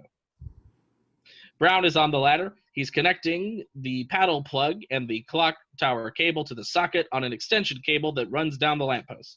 The DeLorean is nearby, covered up with a tarp. Marty arrives dressed up for the dance. Area weather on this Saturday night, mostly clear with some scattered clouds. Brown reacts to the weather report. Are you sure about this storm? Doc, since when can a weatherman predict the weather, let alone the future? Brown smiles. He plugs in the cable, then descends the ladder. Right. You know, Marty, well, I'm gonna be sad to see you go. You've really made a difference in my life. You've given me something to shoot for. Just knowing that I'm gonna live to see 1985, that I'll succeed in this, that I'll get a chance to travel through time. Well, it's just gonna be hard for me to wait 30 years before we can talk about everything that's happened in the past few days. I'm gonna really miss you. Marty is particularly uncomfortable knowing the fate of Dr. Brown. Yeah, Doc, about the future. No, Marty, we've already agreed that having knowledge of the future can be extremely dangerous. Even if your intentions are good, it could backfire drastically. Whatever it is you want to tell me, I'll find out through the natural course of time. This is not what Marty wanted to hear, but he can see there's no arguing with Brown. Interior cafe insert on a letter as a hand writes with a pen. Marty is sitting in the booth writing. He reads it over. Dr. Brown, on October 26, 1985, at about 1:30 a.m., you will be shot by terrorists. Please take whatever precautions are necessary to prevent this terrible disaster. Your friend, Marty. Satisfied, Marty folds the letter and puts it in an envelope and writes something on it. Dr. Brown do not open until October 1st, 1985. We cut to exterior on the street night. Oh, nope.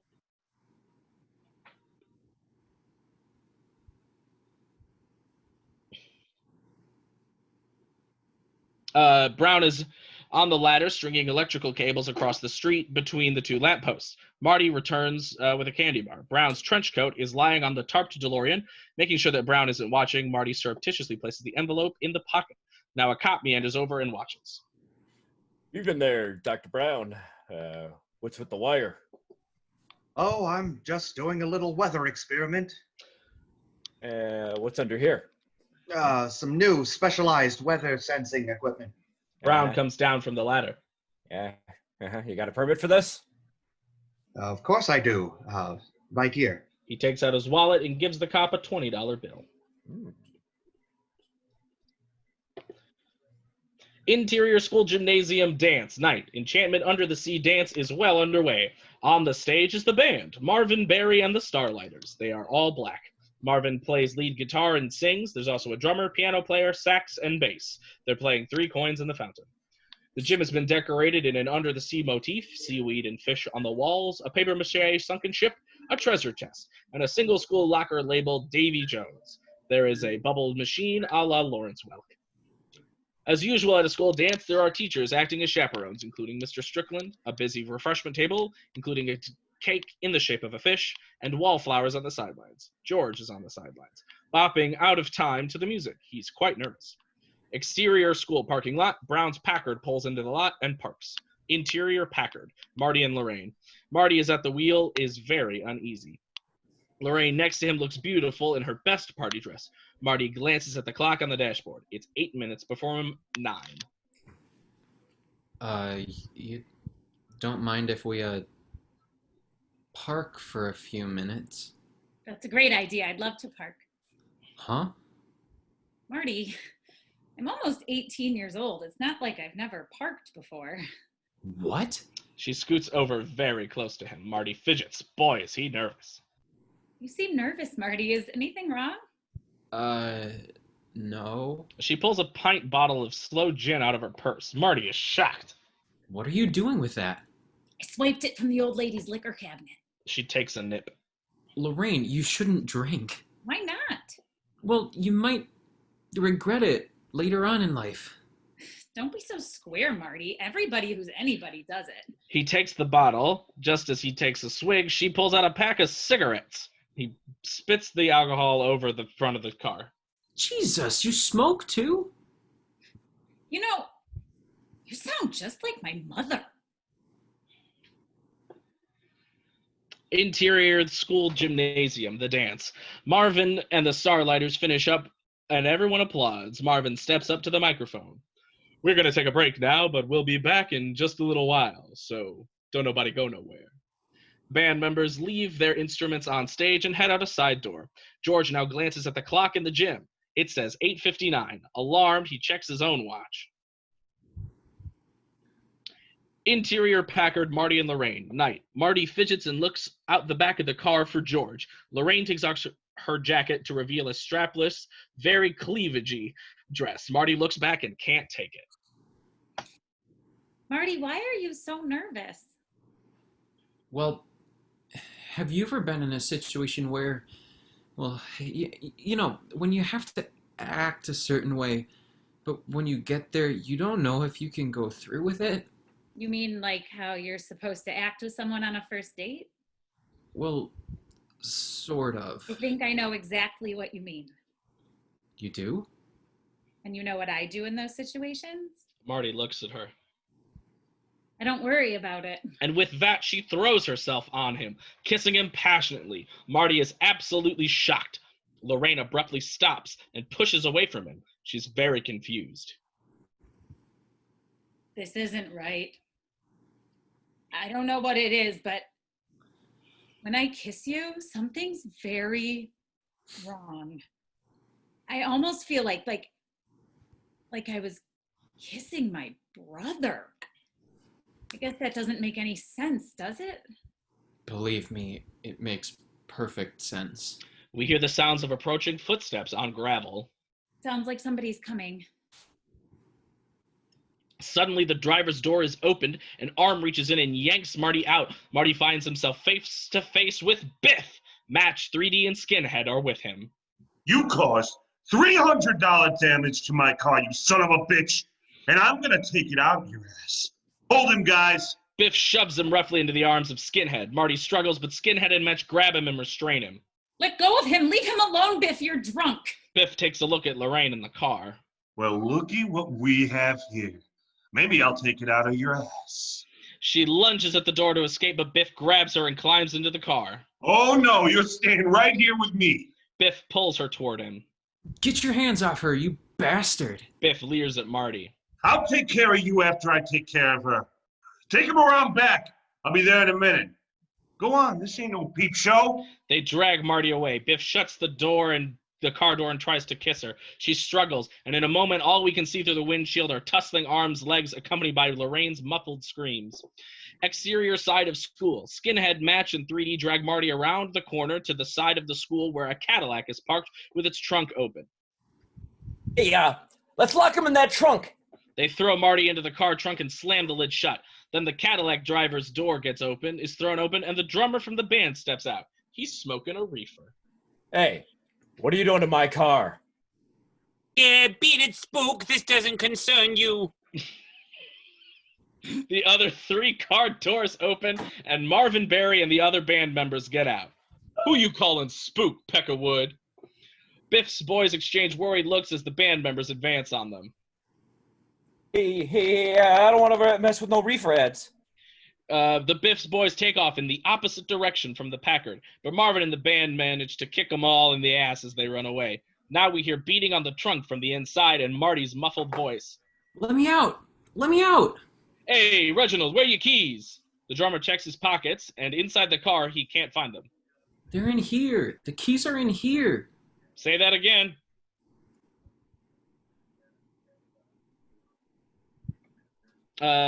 Interior of the Packard. Lorraine is trying to fight off Biff. There's a real struggle. Exterior parking lot on the Packard. Through the windshield, we see arms and legs flailing about in the struggle. We hear her screaming. Now George arrives. He spots the car and goes into his act. He adjusts his pants and strides to the car like John Wayne, opening the driver's side door. Hey, you, get your damn hand. Oh. George realizes he's facing Biff. Now he's really scared. I think you got the wrong car, McFly. George, help me. George doesn't know what to do. He stares in dumbfounded amazement. Just close the door, McFly, and walk away. George hesitates, but he doesn't know what to do. He looks at Lorraine, who looks back at him with pleading eyes. He looks at Biff. Are you deaf, McFly? Close the door and beat it. Again, George looks at Lorraine. She looks so helpless. George takes a deep breath. No. You leave her alone. All right, McFly. You're asking for it, and now you're gonna get it. Biff gets out of the car and grabs George's arm. George tries to fight back, but his lame punch is ineffectual. Biff twists George's arm and George screams. Exterior at the Cadillac. Marvin has his screwdriver in the lock. He gives it a hard jerk, and the trunk pops open, but he puts a big gash in his hand. Damn it! I sliced my hand! Marty jumps out of the trunk. Thanks a lot. He dashes toward the Packard. Exterior Packard. Biff twists George's arm harder. Stop it, Biff. You'll break his arm. She tries to pull him away. He pushes her down. Now Marty arrives just in time to witness George's expression immediately go from pain to rage. Intense rage. George lets it go with a tremendous left hook, smashing into Biff's face. Biff hits the ground hard, out cold. George can't believe he did it. He looks at his fist, looks down at Biff, and grins widely. Are you all right? Lorraine looks at him with adoring eyes. Marty can't believe it either. George and Lorraine embrace. Marty keeps his distance, allowing them to have their moment. Nearby, a few kid bystanders trade comments. Who is that guy? That's George McFly. That's George McFly? Marty now pulls out the snapshot and takes a look. Linda's feet are left, and Marty's left arm is gone. Cut to the courthouse. Doc checks his watch, looks up at the clock tower. It's 9:30. He turns to the wind. The storm. Back at the Cadillac, Marvin is wrapping a handkerchief around his cut hand. The band members are all shaking their heads. Marty runs over to them. Hey, you guys, you gotta get back in there and finish the dance. Look at Marvin's hand. He can't play with it like that. We can't play without Marvin. But you've gotta play. That's where they kiss for the first time, on the dance floor. If there's no music, they won't dance, they won't kiss, they won't fall in love, and I'm a goner.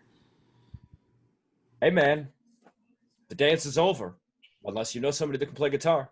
Interior school gym. Marty is playing the guitar with the Starlighters in the version of Earth Angel. George and Lorraine are on the floor dancing. This is for all you lovers out there. Marty looks at them, then looks at the back of his guitar, where, attached with chewing gum, is the snapshot. Nothing has changed. Marty watches his parents. He's getting nervous. George and Lorraine are looking at each other as they dance. George seems a little unsure of himself. I'm sorry.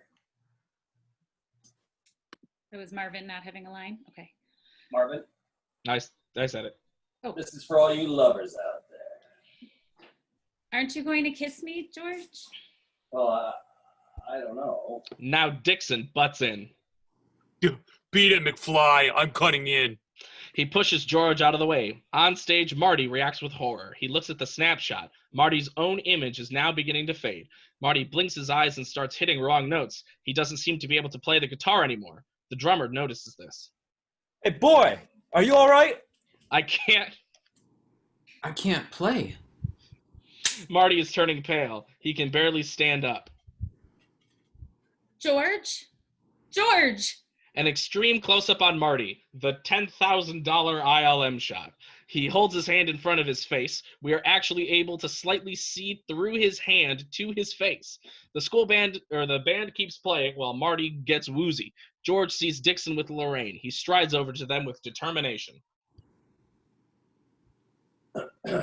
Excuse me? He yanks Dixon away from Lorraine, then takes Lorraine in his arms and kisses her. On stage, Marty immediately recovers. He jumps up, full of life, wired with energy. The color returns to his face, and he looks at the snapshot. Marty's image is now sharp and clear, with his sister and brother are fading back in. The dance. Marty rejoins the band in Earth Angel. Now he sees that George and Lorraine are dancing very close. From the looks on their faces, there can be no doubt. They are in love. George makes eye contact with Marty. They smile. George gives Marty the okay hand sign. Marty takes another look at the snapshot. The photo is now as it originally was, with Marty, Linda, and Dave all back in existence. On the stage, Marty is delighted. The band finishes Earth Angel, and the audience applauds. Say, man, you're good. Do another one. No, I've got to go. Oh, come on. Let's do something that cooks. Marty thinks a moment, then smiles shyly. Something that really cooks. All right, this is an oldie, but, well, it's an oldie where I come from. All right, listen, this is a blues riff in B. Watch me for the changes and try to keep up, okay?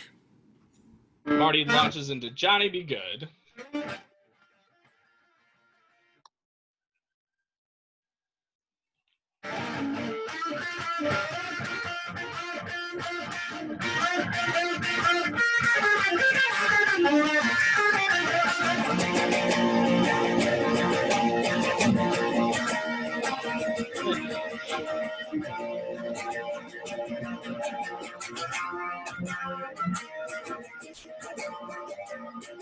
On the dance floor, heads turn. There are reactions of astonishment from everyone as the kids start dancing. Marty euphorically begins cavorting around like Lil Richard. The band is really getting into it. The kids all go nuts, jumping and screaming. Mr. Strickland, however, shakes his head out of disgust. As George and Lorraine dance, other couples move past George and talk to him. George, I hear you laid out Biff. Nice going. George, did you ever think about running for class president? Lorraine beams, proud to be seen with George. Interior backstage on the public telephone, Marvin Berry is on the phone. Chuck, this is Marvin. Your cousin, Marvin Berry? You know that new sound you're looking for? Well, listen to this. He holds the phone towards the music. The pandemonium continues. Marty's movements become Mick Jagger-esque, then take on a Michael Jackson style. Finally, he drifts into pure heavy metal, puts his guitar next to the amp, making feedback. This goes a little too far for the 1955 musical tastes. The band stops playing and the kids stop dancing. They all watch Marty, not sure what to think. Suddenly, Marty realizes he's gone too...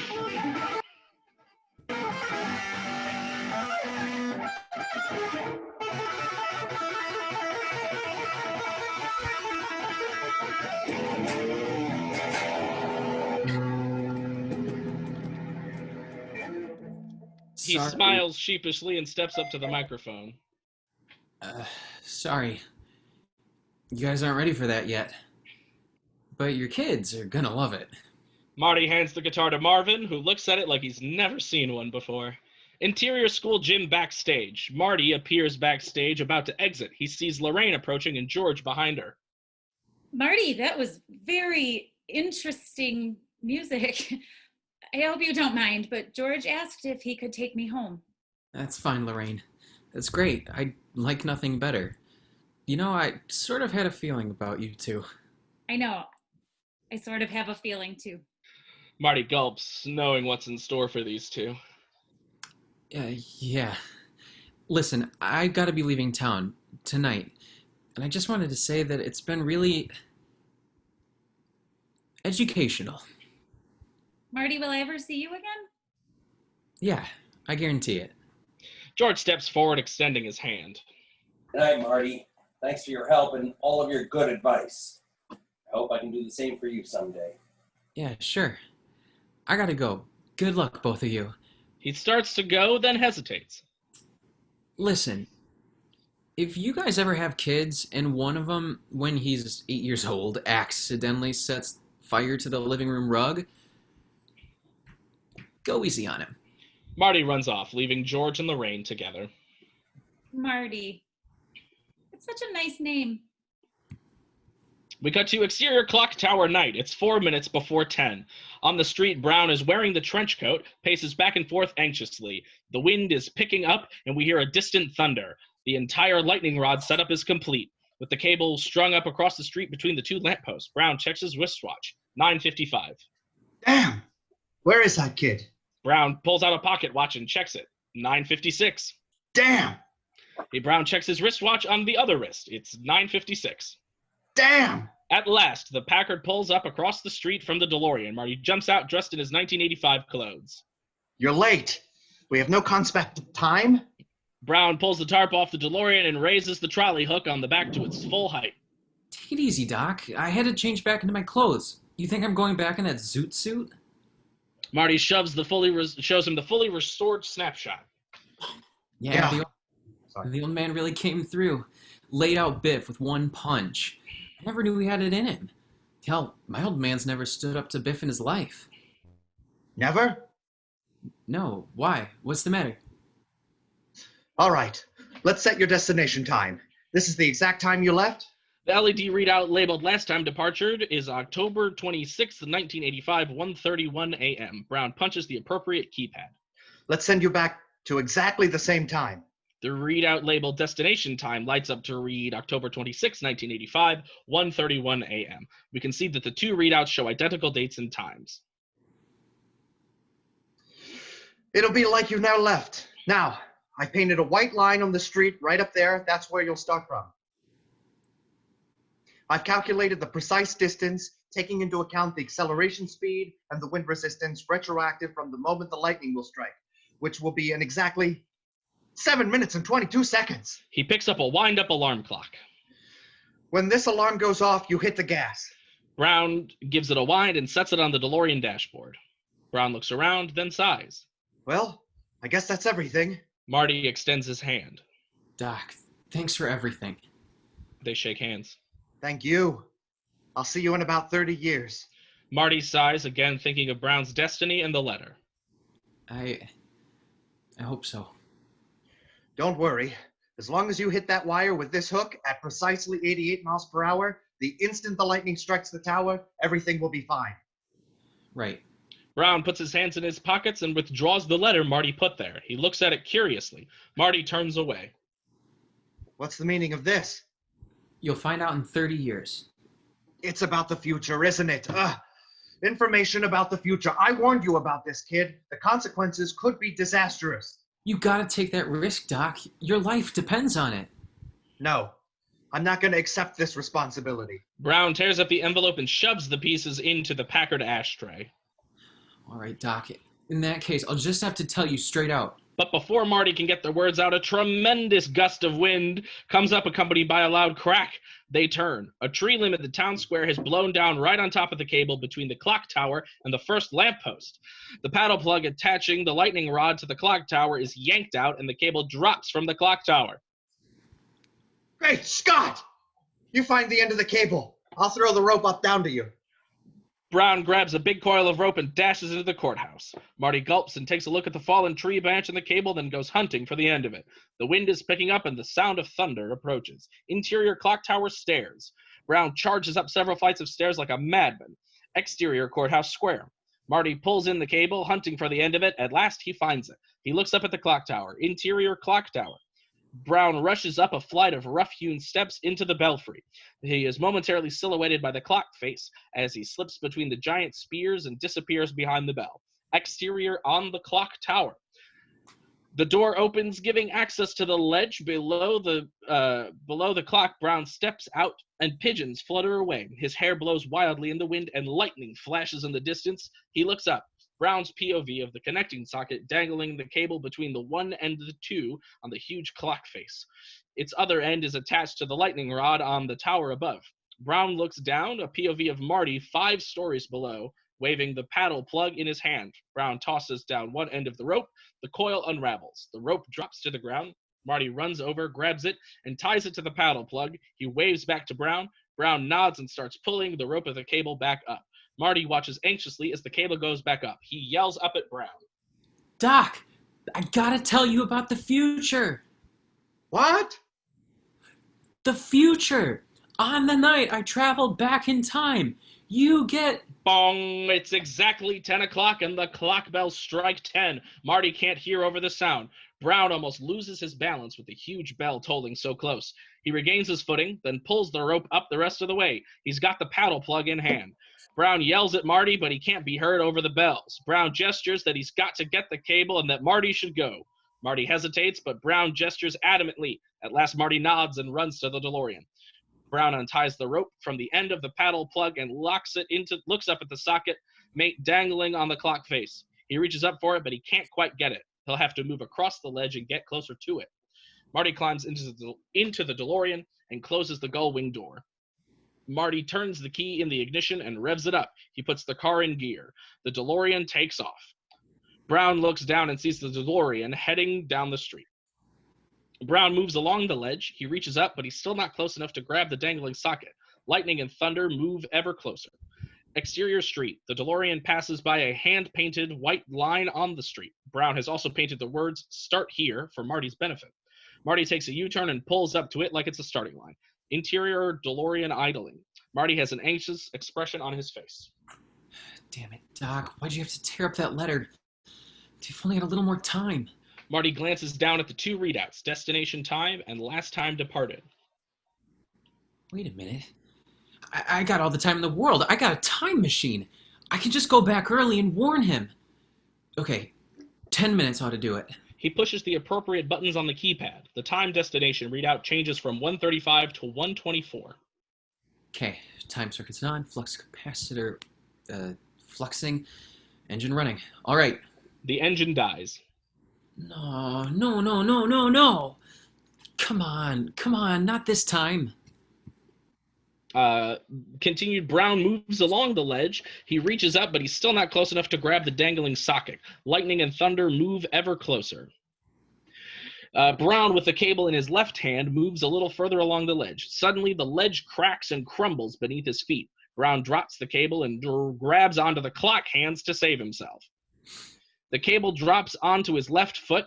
Brown hangs precariously from the clock face like Harold Lloyd, wind blowing in his hair, lightning cracking the sky. Marty is still fiddling with the starter. The headlights flash. Interior DeLorean. Marty turns the car over and over. The alarm clock rings. Marty slams his head against the wheel and the car starts. Marty looks shocked and speeds down the road. Brown carefully moves his right foot towards the intact section of the ledge while trying to keep the cable balanced on his left foot. His right foot moves closer. At last he finds safe footing. Brown takes a deep breath, then he hops over onto the ledge. He kicks the cable up with his left foot and catches it in his hands. He sighs relief, and everything is all right. He reaches up with his strength, with his right, and is able to grab the dangling socket. Brown has the plug in his left hand, his socket in his right. He brings them toward each other to plug them in, but they won't reach. Both ends are taut, but he's about a foot short. He looks down and sees the tree limb caught on the cable, which is the reason there's no slack. Brown jerks the end of the cable, trying to free it from the tree. intercut with the cable, caught on the limb as Brown tries to disengage it. We cut to the DeLorean speeding down the deserted streets. Cut back to Brown. Brown can't free it. His face is taking on intense determination, exaggerated by the wind and lightning. He gives the cable a tremendous yank. The cable jerks free from the tree, but the plug at the other end is wrenched out of the connecting socket on the lamppost. Brown reacts with horror. He has now a useless plug in his hand. Lightning cracks ever closer. Interior DeLorean. Marty shifts gears and the digital speed readout reads 61 miles per hour. Exterior clock tower. Brown looks down at the two cables in his hand and the loose one below. How can he get everything connected? Suddenly, he realizes what he must do. He ties the two of them together tightly, then plugs them in. The DeLorean accelerates past 75 miles an hour. Brown tests the tied connection to the cable and makes sure they won't come apart. They're secure. He takes a deep breath and then grips the line tightly. He jumps. Brown slides down the cable. Exterior courthouse square. Brown drops down to the ground. He runs with the cable towards the lamppost. The DeLorean approaches the square. Marty drives with determination. The speedometer hits 88. The POV of Marty approaching the wire strung across the street. Brown gets the plug to the end of the cable. It's dislodged from the tree limb, so he has enough slack. He races to the lamppost and the dangling socket. The DeLorean continues. Brown grabs the cable socket and he plugs the cable in. The speedometer hits 88 miles an hour. The most spectacular bolt of lightning in the history of cinema hits the lightning rod. A series of cuts. The connecting cable becomes electrified. The DeLorean passes under the cable between the lampposts. The trolley hook on the DeLorean makes contact with the electrified cable. The flux capacitor glows and discharges. The DeLorean time coil lights up and the vehicle is sent back to the future. Dr. Brown lets out a whoop of delight and he realizes he's drenched by the deluge. The cable across the street has wrenched the trolley pole out of the rear of the DeLorean. It's left there, swinging from the cable. Brown looks up at the clock tower. The clock is stopped at 10:04 p.m. Lightning cracks behind it, and we dissolve to the clock. October 26th, 1985, night. The storm dissolves away into an ordinary night sky with a helicopter overhead. The clock tower shows 10 years of additional age. The camera cranes down to reveal Hill Valley Town Square as we saw it in the beginning. All is quiet. It's late. A raggedy bum is asleep on a bench. Suddenly, his hair begins to stand on end. He is lit by an off-screen flash of light accompanied by a sonic boom and a sharp blast of wind. We hold on him as we hear a screech of tires and an off-screen crash. The bum wakes up and looks to see the exterior boarded-up movie theater, the bum's point of view. There is a big hole in front of what used to be the theater. Suddenly, the DeLorean backs out and onto the street. The bum shakes his head. Crazy drunk driver. He goes back to sleep. Marty is delighted. All right. Oh, Fred, you look great. Everything looks great. He looks at the bank clock. 1:24. I still got time. He gets in the car. It won't start. No, not again. He tries to start it again, but he can't get it to turn over. Come on. The terrorist van is cruising down the street and around a corner. Marty is horrified. Libyans. Marty gets out of the DeLorean and runs like hell down the street after the terrorist van. Exterior the mall, night. Marty arrives at the mall. He keeps on running, past the entrance sign that reads Lone Pine Mall, with an image of a single pine tree, into the parking lot, just in time to see, a good 150 yards away, the terrorist van chasing down Dr. Brown, with Marty's younger self watching frozen in horror. Marty is both horrified and amazed. Horrified at being too late, and amazed at seeing himself and to not be seeing something he's already experienced from a third-person point of view. His point of view, the terrorists lean out of the van with a machine gun. He blasts Dr. Brown in the chest. Brown goes down. Everything is as it already happened. No! Bastards! The terrorist van turns and goes after the younger Marty just as before. The younger Marty dives into the DeLorean and it roars off. Marty watches himself chased by the terrorists. The DeLorean accelerates, even as it's being shot at, going faster and faster until it's enveloped in the blinding white glow and vanishes. But the terrorist van diverts into the white glow. We hear cursing as the blinded driver loses control of the van, and it swerves, goes out of control, crashing into a photomart-type stand. Marty now runs down to the fallen Dr. Brown lying in the parking lot. He reaches him along with Einstein, the faithful dog. Marty turns Brown over, tears in his eyes. Doc. Suddenly, Brown opens his eyes and smiles. You're alive. Brown rips open his radiation suit to reveal a bulletproof vest. Bulletproof vest? But how did you know? Brown smiles, reaches into his pocket, and pulls out the letter that Marty wrote scotch taped together. It's yellow, brittle, and 30 years old. After all that lecturing about screwing up future events in the space-time continuum? Yeah, well, I figured what the hell. We cut to the exterior, Marty's house night. The DeLorean pulls up to the darkened house. The gull-wing passenger door opens and Marty gets out. Brown is driving and Einstein takes Marty's seat. Marty turns to talk to Brown. So, how far ahead are you going?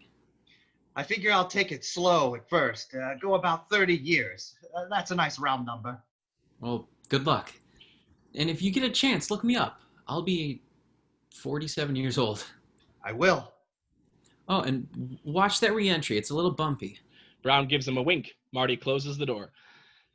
Marty waves Brown off and heads towards the side of his house. In the background, the DeLorean zooms off and we see the light from the off-screen time travel glow.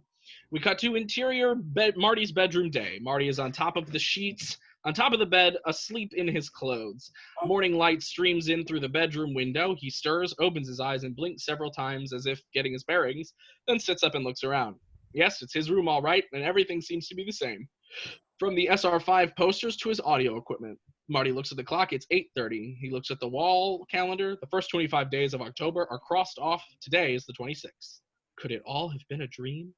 He goes out of bed and looks at himself. Nope, that's cut. Marty comes out of his room with the envelope. He goes to the hall and stops short as he enters the dining room. Linda and Dave are seated at the dining room table, which is beautifully set for breakfast. The 5 table settings are elegant. Dave is eating half a grapefruit. Linda has strawberries and a croissant. Dave is wearing an expensive tailored suit and reads Forbes magazine.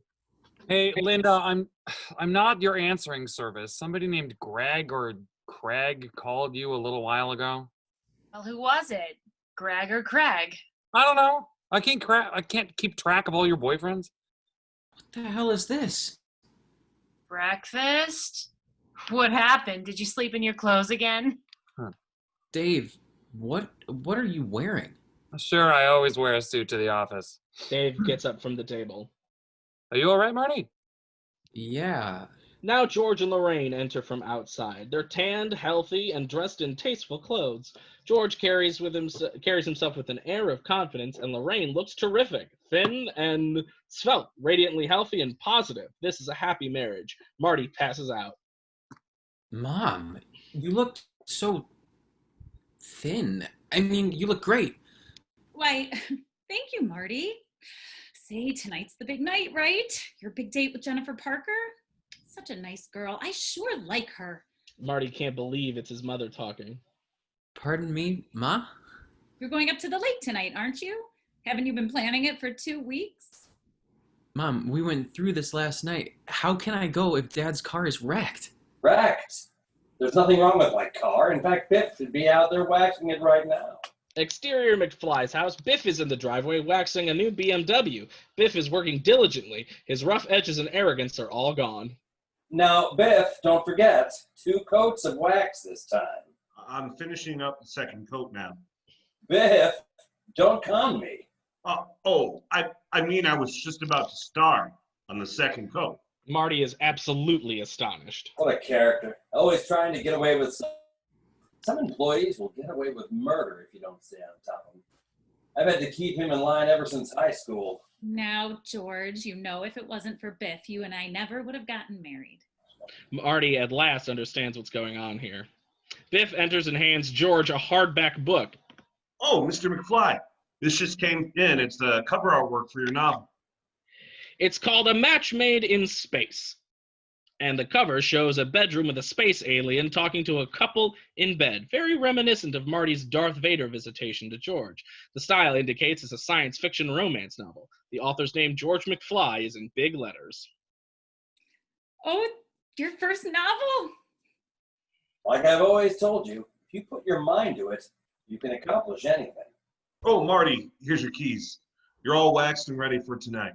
Biff tosses him a set of keys. My keys? We cut to the exterior McFly house. Day. Marty comes out of the house and opens the garage, revealing a tricked-out black Toyota 4x4, just like he saw in the showroom. Marty can't believe it. Marty approaches it.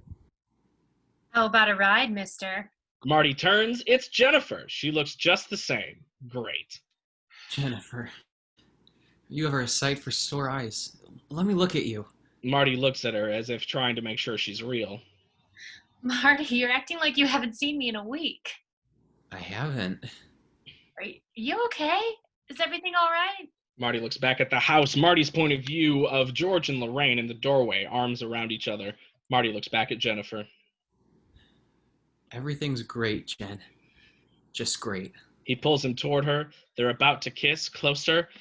Closer. We hear a sonic boom, and Marty turns. The DeLorean streaks up in front of the house.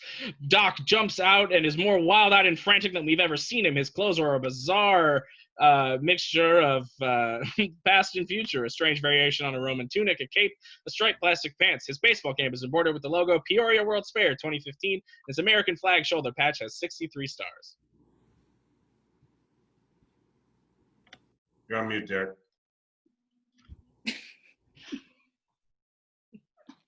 Marty, you've got to come with me. Back to the future. Doc, I've got Jennifer here. I was just going to try on my new wheels. Well, bring her along. This concerns her, too. Brown opens the passenger gull-wing door for him. Marty and Jennifer approach cautiously. Brown goes around to the back of the DeLorean and pours a bottle of beer into the opening labeled Westinghouse Mr. Fusion's Home Energy Converter. I need fuel. What do you mean? What happens? Does something happen to us? Do we turn into assholes or something? No. You and Jennifer both turn out fine. But your kids, Marty. Something's got to be done about your kids. Brown gets back into the DeLorean. Interior DeLorean, Marty gets in and Jennifer sits on his lap. She closes the door. Okay. Here we go. You'd better back this thing up, Doc. We haven't got enough road to get up to 88. Where we're going, we don't need roads. Doc hits a new switch on the dashboard. Exterior street, the DeLorean speeds down the street, then blasts off into the sky like a streak. Once again, the coils glow and the DeLorean is enveloped in the familiar white glow and disappears into the future. Roll end titles. Fade out.